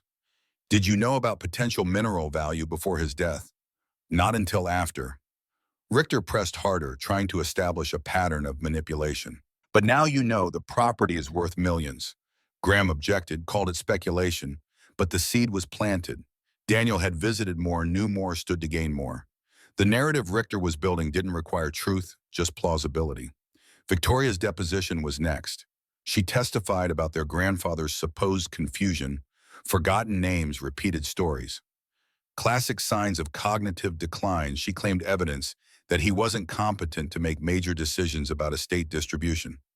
Graham's cross-examination cut through the performance. How many times did you visit your grandfather in his final 2 years? Victoria's hesitation was brief but damning. 3 or 4 times. And you claim expertise about his daily mental state based on 4 visits spread across 24 months. I spoke with him by phone regularly. How regularly? Monthly. Graham let that sink in, then struck. Did he ever express a confusion about his estate plans during these monthly phone calls? Not directly. Yes or no, Miss Carter? No. Did you ever offer to help him manage his properties, his legal affairs, his medical care? Victoria's composure cracked slightly. He never asked. You're a lawyer. Did you ask if he needed help? I assumed he was handling it. Yet now you claim he was incompetent to handle it. Interesting assumption. Marcus fared worse. His deposition revealed that he'd hired private investigators to surveil the property before the will was even read, contacted mining companies for appraisals, tried to establish asset value while claiming ignorance. Graham pulled phone records, showed calls to Silver Point Mining 2 days after the funeral. You contacted a mining corporation before you even knew what your grandfather left you. Marcus's lawyer objected, but the damage was done. The jury would see greed, not grief. Calculation, not confusion. Between depositions and trial preparation, Daniel continued teaching. His students noticed the distraction, but most were too self-absorbed to care. Jamal was the exception. Mr. Carter, you okay? You seem stressed. The concern was genuine, rare in teenagers who'd learned early that adults were background noise in their personal dramas. Family stuff, nothing you need to worry about. My uncle sued my dad once, over money my grandma left them. It got ugly. Jamal's eyes held wisdom beyond his years, the kind that came from watching adults destroy relationships over things that wouldn't matter in 10 years. How'd it turn out? They don't talk anymore. Haven't in 5 years. My dad says winning the lawsuit was the most expensive thing he ever lost. The observation haunted Daniel through the rest of the day. Marcus and Victoria were his siblings. They'd grown up in different households after their mother left, but they shared blood, shared a grandfather who'd loved them even if he hadn't trusted them with his most important legacy. This lawsuit would destroy whatever remained of family bonds. Even if Daniel won, even if the court ruled in his favor, and the tribal agreement held, Marcus and Victoria would never forgive him. Christmas would become a memory. Sophie would grow up knowing her uncles only as people who had tried to steal her inheritance. That night, Marcus called. Daniel almost didn't answer, expecting more threats or legal posturing, but something in the timing late enough that business hours were over suggested this might be personal. Danny, we need to talk. Actually, talk not through lawyers. The use of his childhood nickname was deliberate, a callback to when they'd been family instead of adversaries. I'm listening. Victoria and I discussed it. We're prepared to offer $3 million. You keep the property, pay us each $1.5 million. We drop the lawsuit and walk away. $3 million was more than Daniel would see in a lifetime of teaching. It would solve every financial problem, fund Sophie's college, buy a house, provide security he'd never known. For a moment, the temptation was physical, a weight pulling at his resolve. No, wow. Marcus's frustration bled through the phone. Be reasonable. You can't afford to fight us. Even if you win, the legal fees will bankrupt you. I have allies you don't know about. The Indians you're giving away a fortune to. Daniel's voice went cold. Don't finish that sentence. If you want to know why Grandpa left this to me and not you, listen to how you talk about people whose sacred site we've been exploiting for over a century. It's business, Danny, money, resources, not some mystical obligation to people who lost a war 150 years ago. See you in court, Marcus. He ended the call, hands shaking with anger and something darker. His brother had revealed himself completely in that moment, stripped away any pretense that this was about fairness or family. Marcus saw people as resources, history, as irrelevant promises, as negotiable inconveniences. Their grandfather had known, had predicted this exact conversation probably. The video testament Frederick Morrison had mentioned suddenly became crucial. If Thomas had recorded his reasoning, explained why he'd chosen Daniel over his other grandchildren, it would demolish any claim of diminished capacity. Daniel called Graham. The video testament. When can we see it? I'll contact Frederick. We should view it before trial, make sure it supports our case. They met at Frederick's office 3 days later. The attorney had aged in the weeks since the will reading, stress and grief adding years to features that had already carried too much weight. Your grandfather recorded this 2 weeks before his death. He knew what was coming, predicted your siblings' response with unfortunate accuracy. The video began with Thomas sitting at the conference table where Daniel had first learned about his $5 inheritance. Thin but alert eyes, clear and focused with the intensity of someone determined to be heard beyond death. My name is Thomas Harold Carter. I am recording this of my own free will and sound mind and body to address what I know will be challenges to my will. His voice was steady, no tremor, no confusion. The medical documentation would confirm what the video showed, but seeing his grandfather this way, fully present and deliberate, struck deeper than any clinical assessment. Marcus and Victoria will contest my decisions. I expect this. I've known them all their lives. They value wealth and status above most other considerations. I don't say this with anger. I say it with sadness because I tried to teach them differently and failed. Daniel watched Marcus and Victoria's entire case disintegrate in the first 30 seconds. No diminished capacity here. No confusion. Just a man who knew his grandchildren and had made peace with their limitations. Daniel is different. He has integrity, patience, and the ability to see beyond surface value. The mountain property contains more than most people understand. Not just silver, though there's plenty of that. History, responsibility, purpose, promises made over a century ago that I've kept alive for 67 years. Thomas leaned forward, speaking directly to the camera. Daniel will discover what's there, and when he does, he'll make the right choices. Not the profitable choices, not the easy choices, the right ones. Marcus and Victoria would see only dollar signs. Daniel will see the story, the heritage, the debt we owe to people whose land we took and whose sacred places we violated in pursuit of silver. Graham paused the video, letting the words sink in. This destroys any claim of incompetence.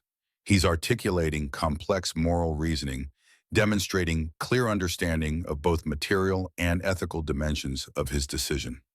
The video continued. Thomas addressed his other grandchildren directly, voice carrying disappointment without bitterness. To Marcus and Victoria, you received substantial inheritances. The lakeside property, the antique collection. More than enough to live comfortably. But to Daniel, I'm leaving something more valuable. Trust. The trust that he'll honor promises made before he was born. The trust that he'll choose integrity over profit when the choice matters most.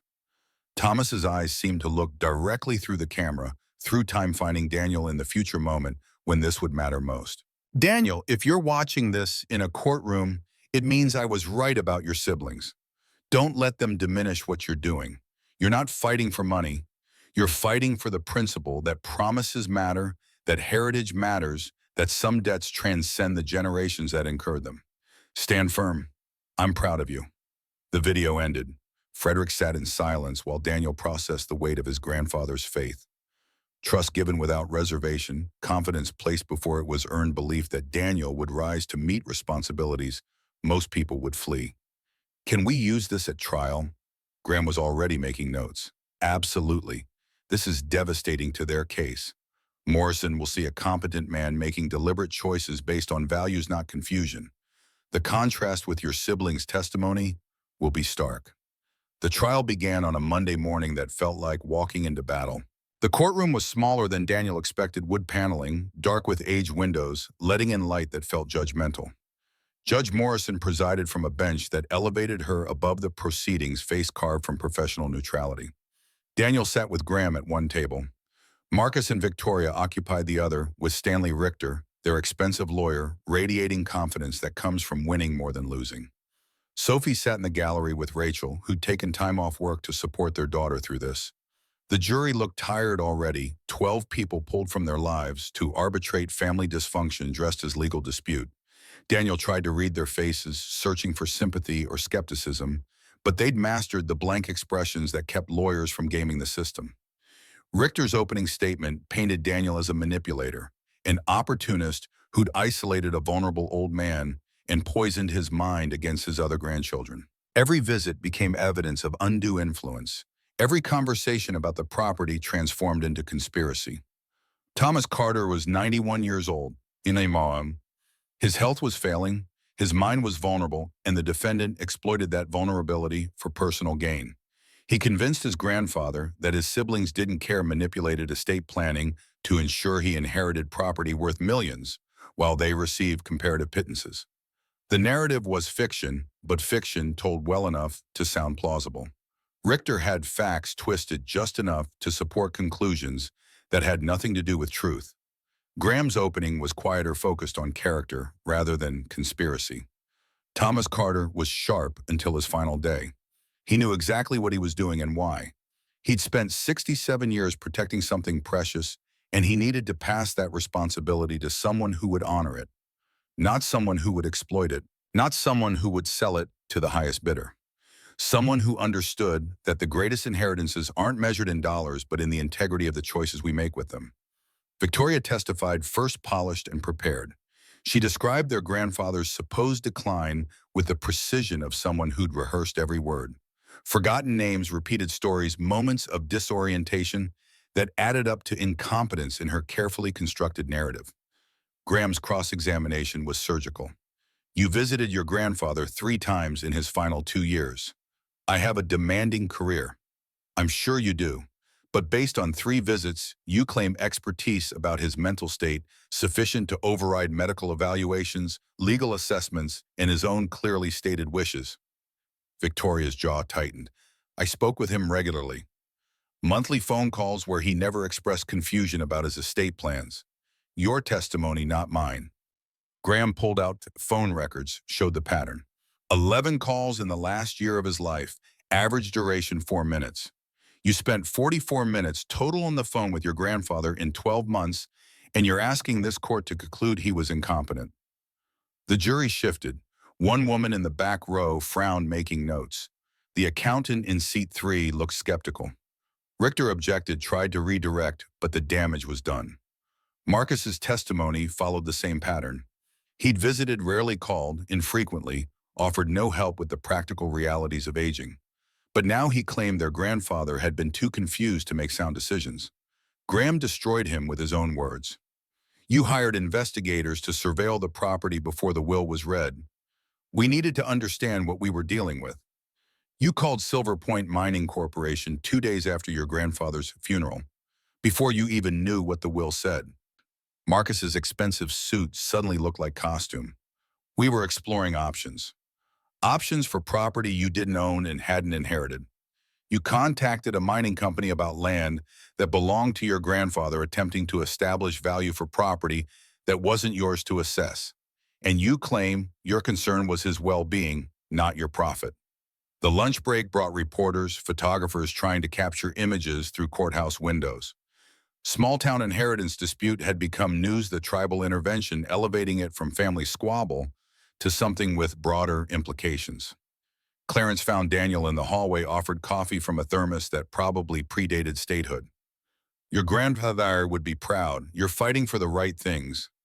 Even if I lose everything, especially then, anybody can do right when it's profitable. Takes character to honor promises when they're expensive.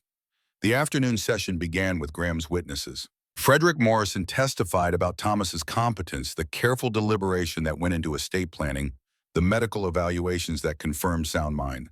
He was absolutely clear about his intentions, explicit that Daniel should inherit the mountain property because Daniel would understand its true worth, not just its market value. Richter attacked the medical evaluations, implied the doctors had been influenced, suggested financial incentives. But the records were thorough, multiple evaluations by independent physicians who had no stake in the outcome. Vernon Ashby took the stand, next geological expertise, lending weight to claims about the property's significance. The site represents one of the last undiscovered silver deposits in the Rocky Mountain region. But more importantly, it contains evidence of Native American ceremonial use dating back centuries. Thomas Carter spent decades documenting this, protecting it, preparing ethical frameworks for managing competing claims. Vernon looked directly at the jury. The level of sophistication in his documentation shows not just competence but expertise. This was the work of a brilliant ethical mind trying to do something right in a world that usually rewards exploitation over conscience. Then Lawrence Whitehorse took the stand, and the trial transformed into something larger than family dispute. Thomas Carter approached the Ute Mountain Ute Tribal Council 7 years ago, voluntarily. He wanted to return artifacts his great-grandfather had found on our sacred mountain. He spent years negotiating an agreement that would preserve our heritage while allowing his family to benefit from mineral rights. Judge Morrison leaned forward. There are indigenous artifacts on this property. Sacred items? Yes, Your Honor. Ceremonial objects, pottery tools. Items that belong to our people under federal heritage protection laws. Items that should never have been removed from the sites where our ancestors placed them. Richter tried to object, claimed this was beyond the scope of the will contest, but Morrison shut him down. Indigenous heritage is absolutely relevant to testamentary capacity. Continue, Mr. Whitehorse. Lawrence explained the 7-year negotiation, the draft agreement, Thomas's failing health, that prevented him from signing before his death. Daniel Carter has committed to honoring his great-great-great-great-grandfather Momo's promise and his grandfather's agreement. Marcus and Victoria have shown no such intention. They see artifacts worth millions that they want to sell. We see family coming home after a century of exile. The courtroom was silent when Lawrence finished. Even Richter seemed to recognize he'd lost control of the narrative. This wasn't about senile old men and manipulative grandsons anymore. This was about broken promises being kept stolen, heritage being returned, choices between profit and principle. Graham stood, addressed the judge directly. Your Honor, we have one final piece of evidence. A video testament Thomas Carter recorded 2 weeks before his death. We believe it addresses the competency claims directly. Morrison allowed it. The bailiff set up equipment, dimmed lights, and Thomas appeared on screen. Alert, focused, devastating to every claim Richter had made. The courtroom watched in silence as Thomas laid out his reasoning, explained his choices, predicted his grandchildren's responses with unfortunate accuracy. When he spoke directly to Daniel, voice carrying across death and time, several jurors wiped their eyes. Stand firm. I'm proud of you. The video ended. Morrison sat back, face still neutral, but eyes conveying volumes. I've heard enough. The will contest is denied. The evidence overwhelmingly shows Thomas Carter had full mental capacity and clear intent. Furthermore, the undue influence claim is baseless. Mr. Daniel Carter maintained a loving relationship with his grandfather while the plaintiffs abandoned him. That's not manipulation. That's family. The gavel fell. The will stands as written. Daniel Carter's ownership of the property is confirmed. Additionally, I note the tribal council's intervention. This court expects all parties to respect federal heritage protection laws governing the artifacts and sacred sites on this property. She looked directly at Marcus and Victoria, contempt finally breaking through professional neutrality. Your grandfather's video makes clear he anticipated your actions and found them predictable. That's not a compliment. This case is dismissed. The courtroom erupted in controlled chaos. Reporters rushed for doors, already filing stories about indigenous heritage and family betrayal. The tribal elders embraced Daniel Sarah, whispering prayers in Ute, while Joseph gripped his shoulders with surprising strength. Sophie ran from the gallery, wrapped her arms around Daniel's waist. "You won, Daddy. Grandpa knew you would." Rachel approached more slowly, Doug hanging back near the door. She hugged Daniel briefly, professional distance maintained, but warmth underneath. "You did the right thing." Sophie needed to see that. Marcus stood slowly, Richter already gathering materials with the efficient detachment of someone whose paycheck didn't depend on emotional investment. Victoria had left without a word, heels clicking on tile as she fled judgment. But Marcus walked toward Daniel, stopped a few feet away. His face carried something Daniel had never seen there before. Not quite shame, but recognition adjacent to it. "Grandpa knew us better than we knew ourselves, didn't he? He knew everyone he loved. But trust and love aren't always the same thing." Marcus nodded slowly, processing implications that would probably take years to fully understand. "The artifacts, the indigenous heritage stuff, you're really returning all of it. Every piece. That's worth millions. Probably more than the silver if you found the right collectors." "I know." Marcus studied his brother with the expression of someone encountering a foreign language they'd never bothered to learn. "Maybe he was right about you after all." Then he walked out, not quite reconciliation, but not complete rupture either. A door left slightly ajar where it might have been slammed shut. 6 months transformed the mountain. Professional engineers stabilized the tunnels, installed proper lighting and safety equipment. The cabin was restored enough to be functional while maintaining its essential character. The ceremonial chambers were sealed under tribal control, accessible only to Ute members for spiritual purposes. The dedication ceremony brought 50 people to the clearing where Daniel had first seen the cabin and thought his grandfather had left him nothing. Franklin and Lawrence led the Ute delegation, Sarah and Joseph performing blessings that filled the mountain air with sage smoke and prayers in a language that had survived despite centuries of attempts to erase it. Vernon Ashby came from Denver carrying photographic documentation that would become the basis for academic papers about preservation ethics and indigenous heritage. Clarence drove up from Copperfield with Mrs. Gaines from the library, both of them representing a town that had watched Thomas Carter's solitary pilgrimages for 3 decades and never asked questions they knew weren't their business.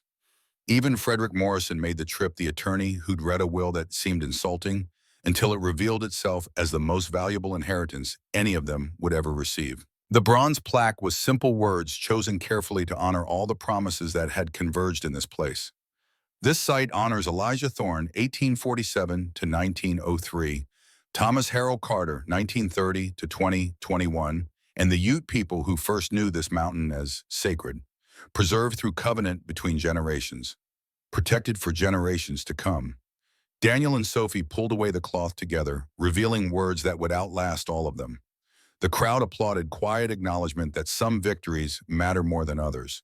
Daniel spoke without notes, trusting his heart to find words his head couldn't have written. "My grandfather taught me that inheritance isn't just about what we receive. It's about what we choose to do with it." This mountain held silver, yes. But more importantly, it held stories, history, responsibility. Promises made over a century ago by a man who realized too late that he'd built his fortune on someone else's sacred ground. He looked at Sophie, who stood with the woven bracelet Joseph had given her, visible on her wrist. "This is for my daughter and all the children who come after, so they know that some promises transcend lifetimes. That the greatest inheritances aren't measured in dollars, but in the integrity of the choices we make with what we're given." Sarah approached Sophie after Daniel finished, removed a woven bracelet from her own wrist. "This is symbol of covenant. Your father honors the old ways. You will carry this forward." Sophie accepted it with the seriousness it deserved. "I promise." The museum director from Denver Natural History announced the partnership that would display the silver specimens, 50% of proceeds funding tribal cultural programs. Not charity, but restitution. Not generosity, but justice delayed by a century and finally being served. After the formal ceremony ended, after the crowd dispersed, and the reporters left, and the official business concluded, Daniel and Sophie sat on the cabin porch watching stars emerge. The same stars his grandfather had taught him to navigate by the same constellations that had guided travelers before telescopes and satellites made the sky something to ignore rather than read. Do you think Grandpa knows what we did? Sophie's question carried the weight of grief still fresh, despite 6 months having passed. I think he knew what we'd do before we did it. That's why he trusted us. They watched darkness deep in the Milky Way, becoming visible as a river of light across the sky. Daniel pulled out his grandfather's pocket watch, wound it with the same careful movements Thomas had performed every morning for 67 years.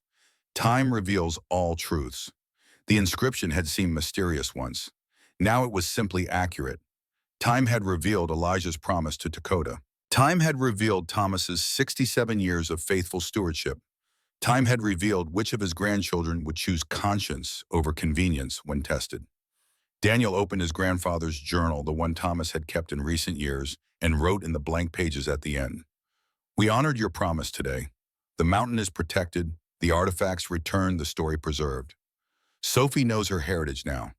She understands that wealth isn't what you hoard, but what you give forward. The inheritance you left wasn't silver, it was wisdom. And I'm passing it on just as you passed it to me, just as Elijah passed it to you. Thank you for believing I'd understand. Thank you for waiting until I was ready. Time revealed all truths just like you promised, with love and gratitude. Daniel, he set the pocket watch on the mantle inside the cabin where it would keep time for whoever came next. The mechanism ticked steadily each second, a promise kept each minute, a debt honored.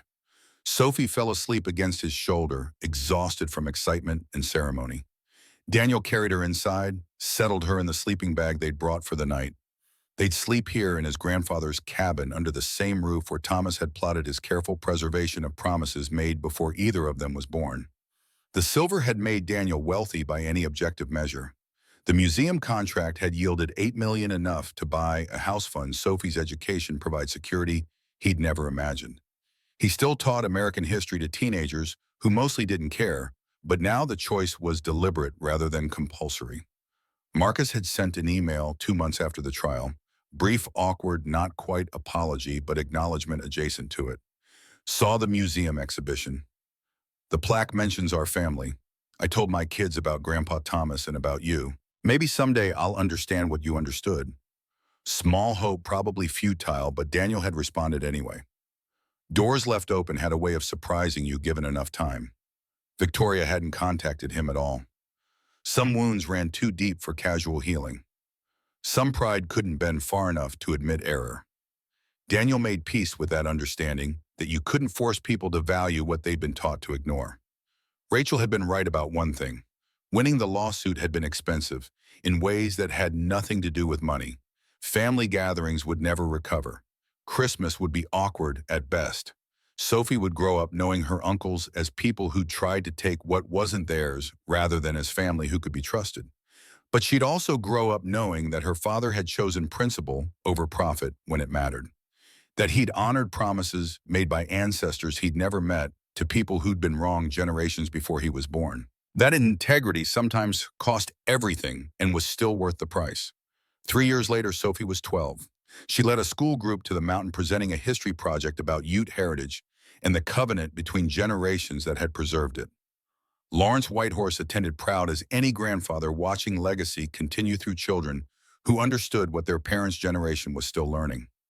Daniel watched his daughter explain the pictographs in the ceremonial chamber, the pottery that had been returned to tribal museums, the ongoing partnership between the Carter family and the Ute Mountain Ute people. She spoke with authority beyond her years, confidence that came from knowing her place in a story larger than individual ambition. My great-great-great-great-great-grandfather took from these mountains. My great-great-great-grandfather tried to make it right. My grandfather kept that promise alive for 67 years. My father finished what they started, and someday I'll pass it to my children, because some promises matter more than the people who make them. The students listened with the half attention teenagers give anything that doesn't immediately relate to their social survival. But a few took notes, asked questions, seemed to grasp that they were witnessing something rare. An inheritance that measured value and honor rather than dollars and promises kept, rather than wealth accumulated. That night, Daniel and Sophie camped at the cabin like they'd done dozens of times over the 3 years since the trial.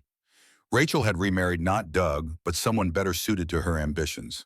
The custody arrangement had shifted to something more equitable, recognition that Daniel's apartment had become a house, and his financial stability no longer required constant scrutiny. Sophie sat by the fire sketching the cabin by firelight, her artistic talent blooming into something that might become career or might just be quiet pursued for its own sake. Either way, Daniel wouldn't push. He'd learned from his grandfather that the best inheritances were opportunities, not obligations. Dad, when I'm grown up, what will I do with the mountain? The question deserved thought. Daniel poked the fire, watching sparks rise toward stars. Whatever feels right to you.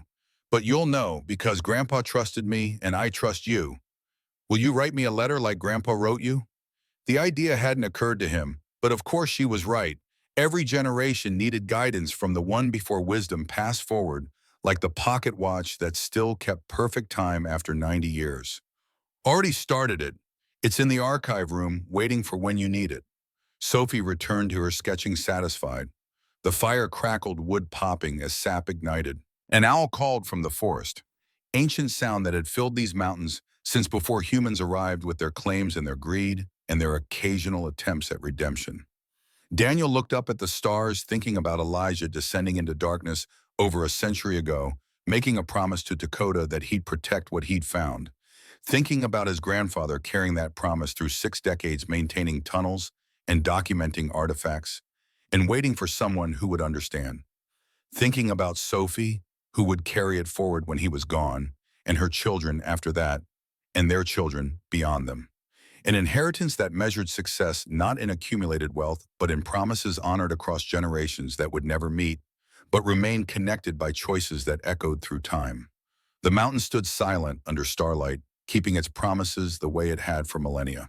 Elijah's silver still glinted in walls that would never be fully excavated, protected by agreements that valued preservation over profit. The ceremonial chambers held prayers in a language that predated English, would outlast, it would continue long after everyone currently living had returned to the earth they'd temporarily borrowed. This was what his grandfather had understood, and Marcus never would. That the greatest treasures weren't found in the ground, but in the choices people made when tested. That inheritance wasn't about what you received, but about whether you proved worthy of what was entrusted to you. That some debts transcended the generations that incurred them, and the only way to honor the dead was to keep their promises to the living. Daniel Carter had inherited $5 in a mountain cabin. He'd discovered $20 million in silver and priceless artifacts. He'd chosen to honor a promise made by a great-great-great-great-grandfather to people whose sacred land had been violated in pursuit of fortune. And in making that choice, he'd inherited something far more valuable than silver or land or money that would spend itself into nothing within a generation. He'd inherited his grandfather's legacy of integrity, the knowledge that he'd been tested and hadn't failed, the certainty that when Sophie faced her own tests, she'd have an example to follow of someone who chose right over easy and never regretted it. The fire burned low. Sophie yawned, gathered her things, headed inside to sleep. Daniel stayed outside a moment longer, hand resting on the pocket watch in his jacket. Time reveals all truths, the inscription promised. And time had proven his grandfather right about everything. About Marcus and Victoria. About Daniel himself. About Sophie and the generations that would follow. Some promises were worth keeping, even when they cost everything. Some legacies mattered more than comfort. Some choices defined not just who you were, but who everyone who came after you would have the chance to become. Daniel wound the watch, felt its familiar weight settle in his palm. The mechanism ticked steadily, measuring seconds that became minutes, that became years, that became the space between promise and fulfillment. He'd kept his grandfather's faith, honored Elijah's vow, protected what needed protecting, and returned what needed returning. Not because it was easy, not because it was profitable, but because it was right. And in the end, that was the only inheritance that truly mattered.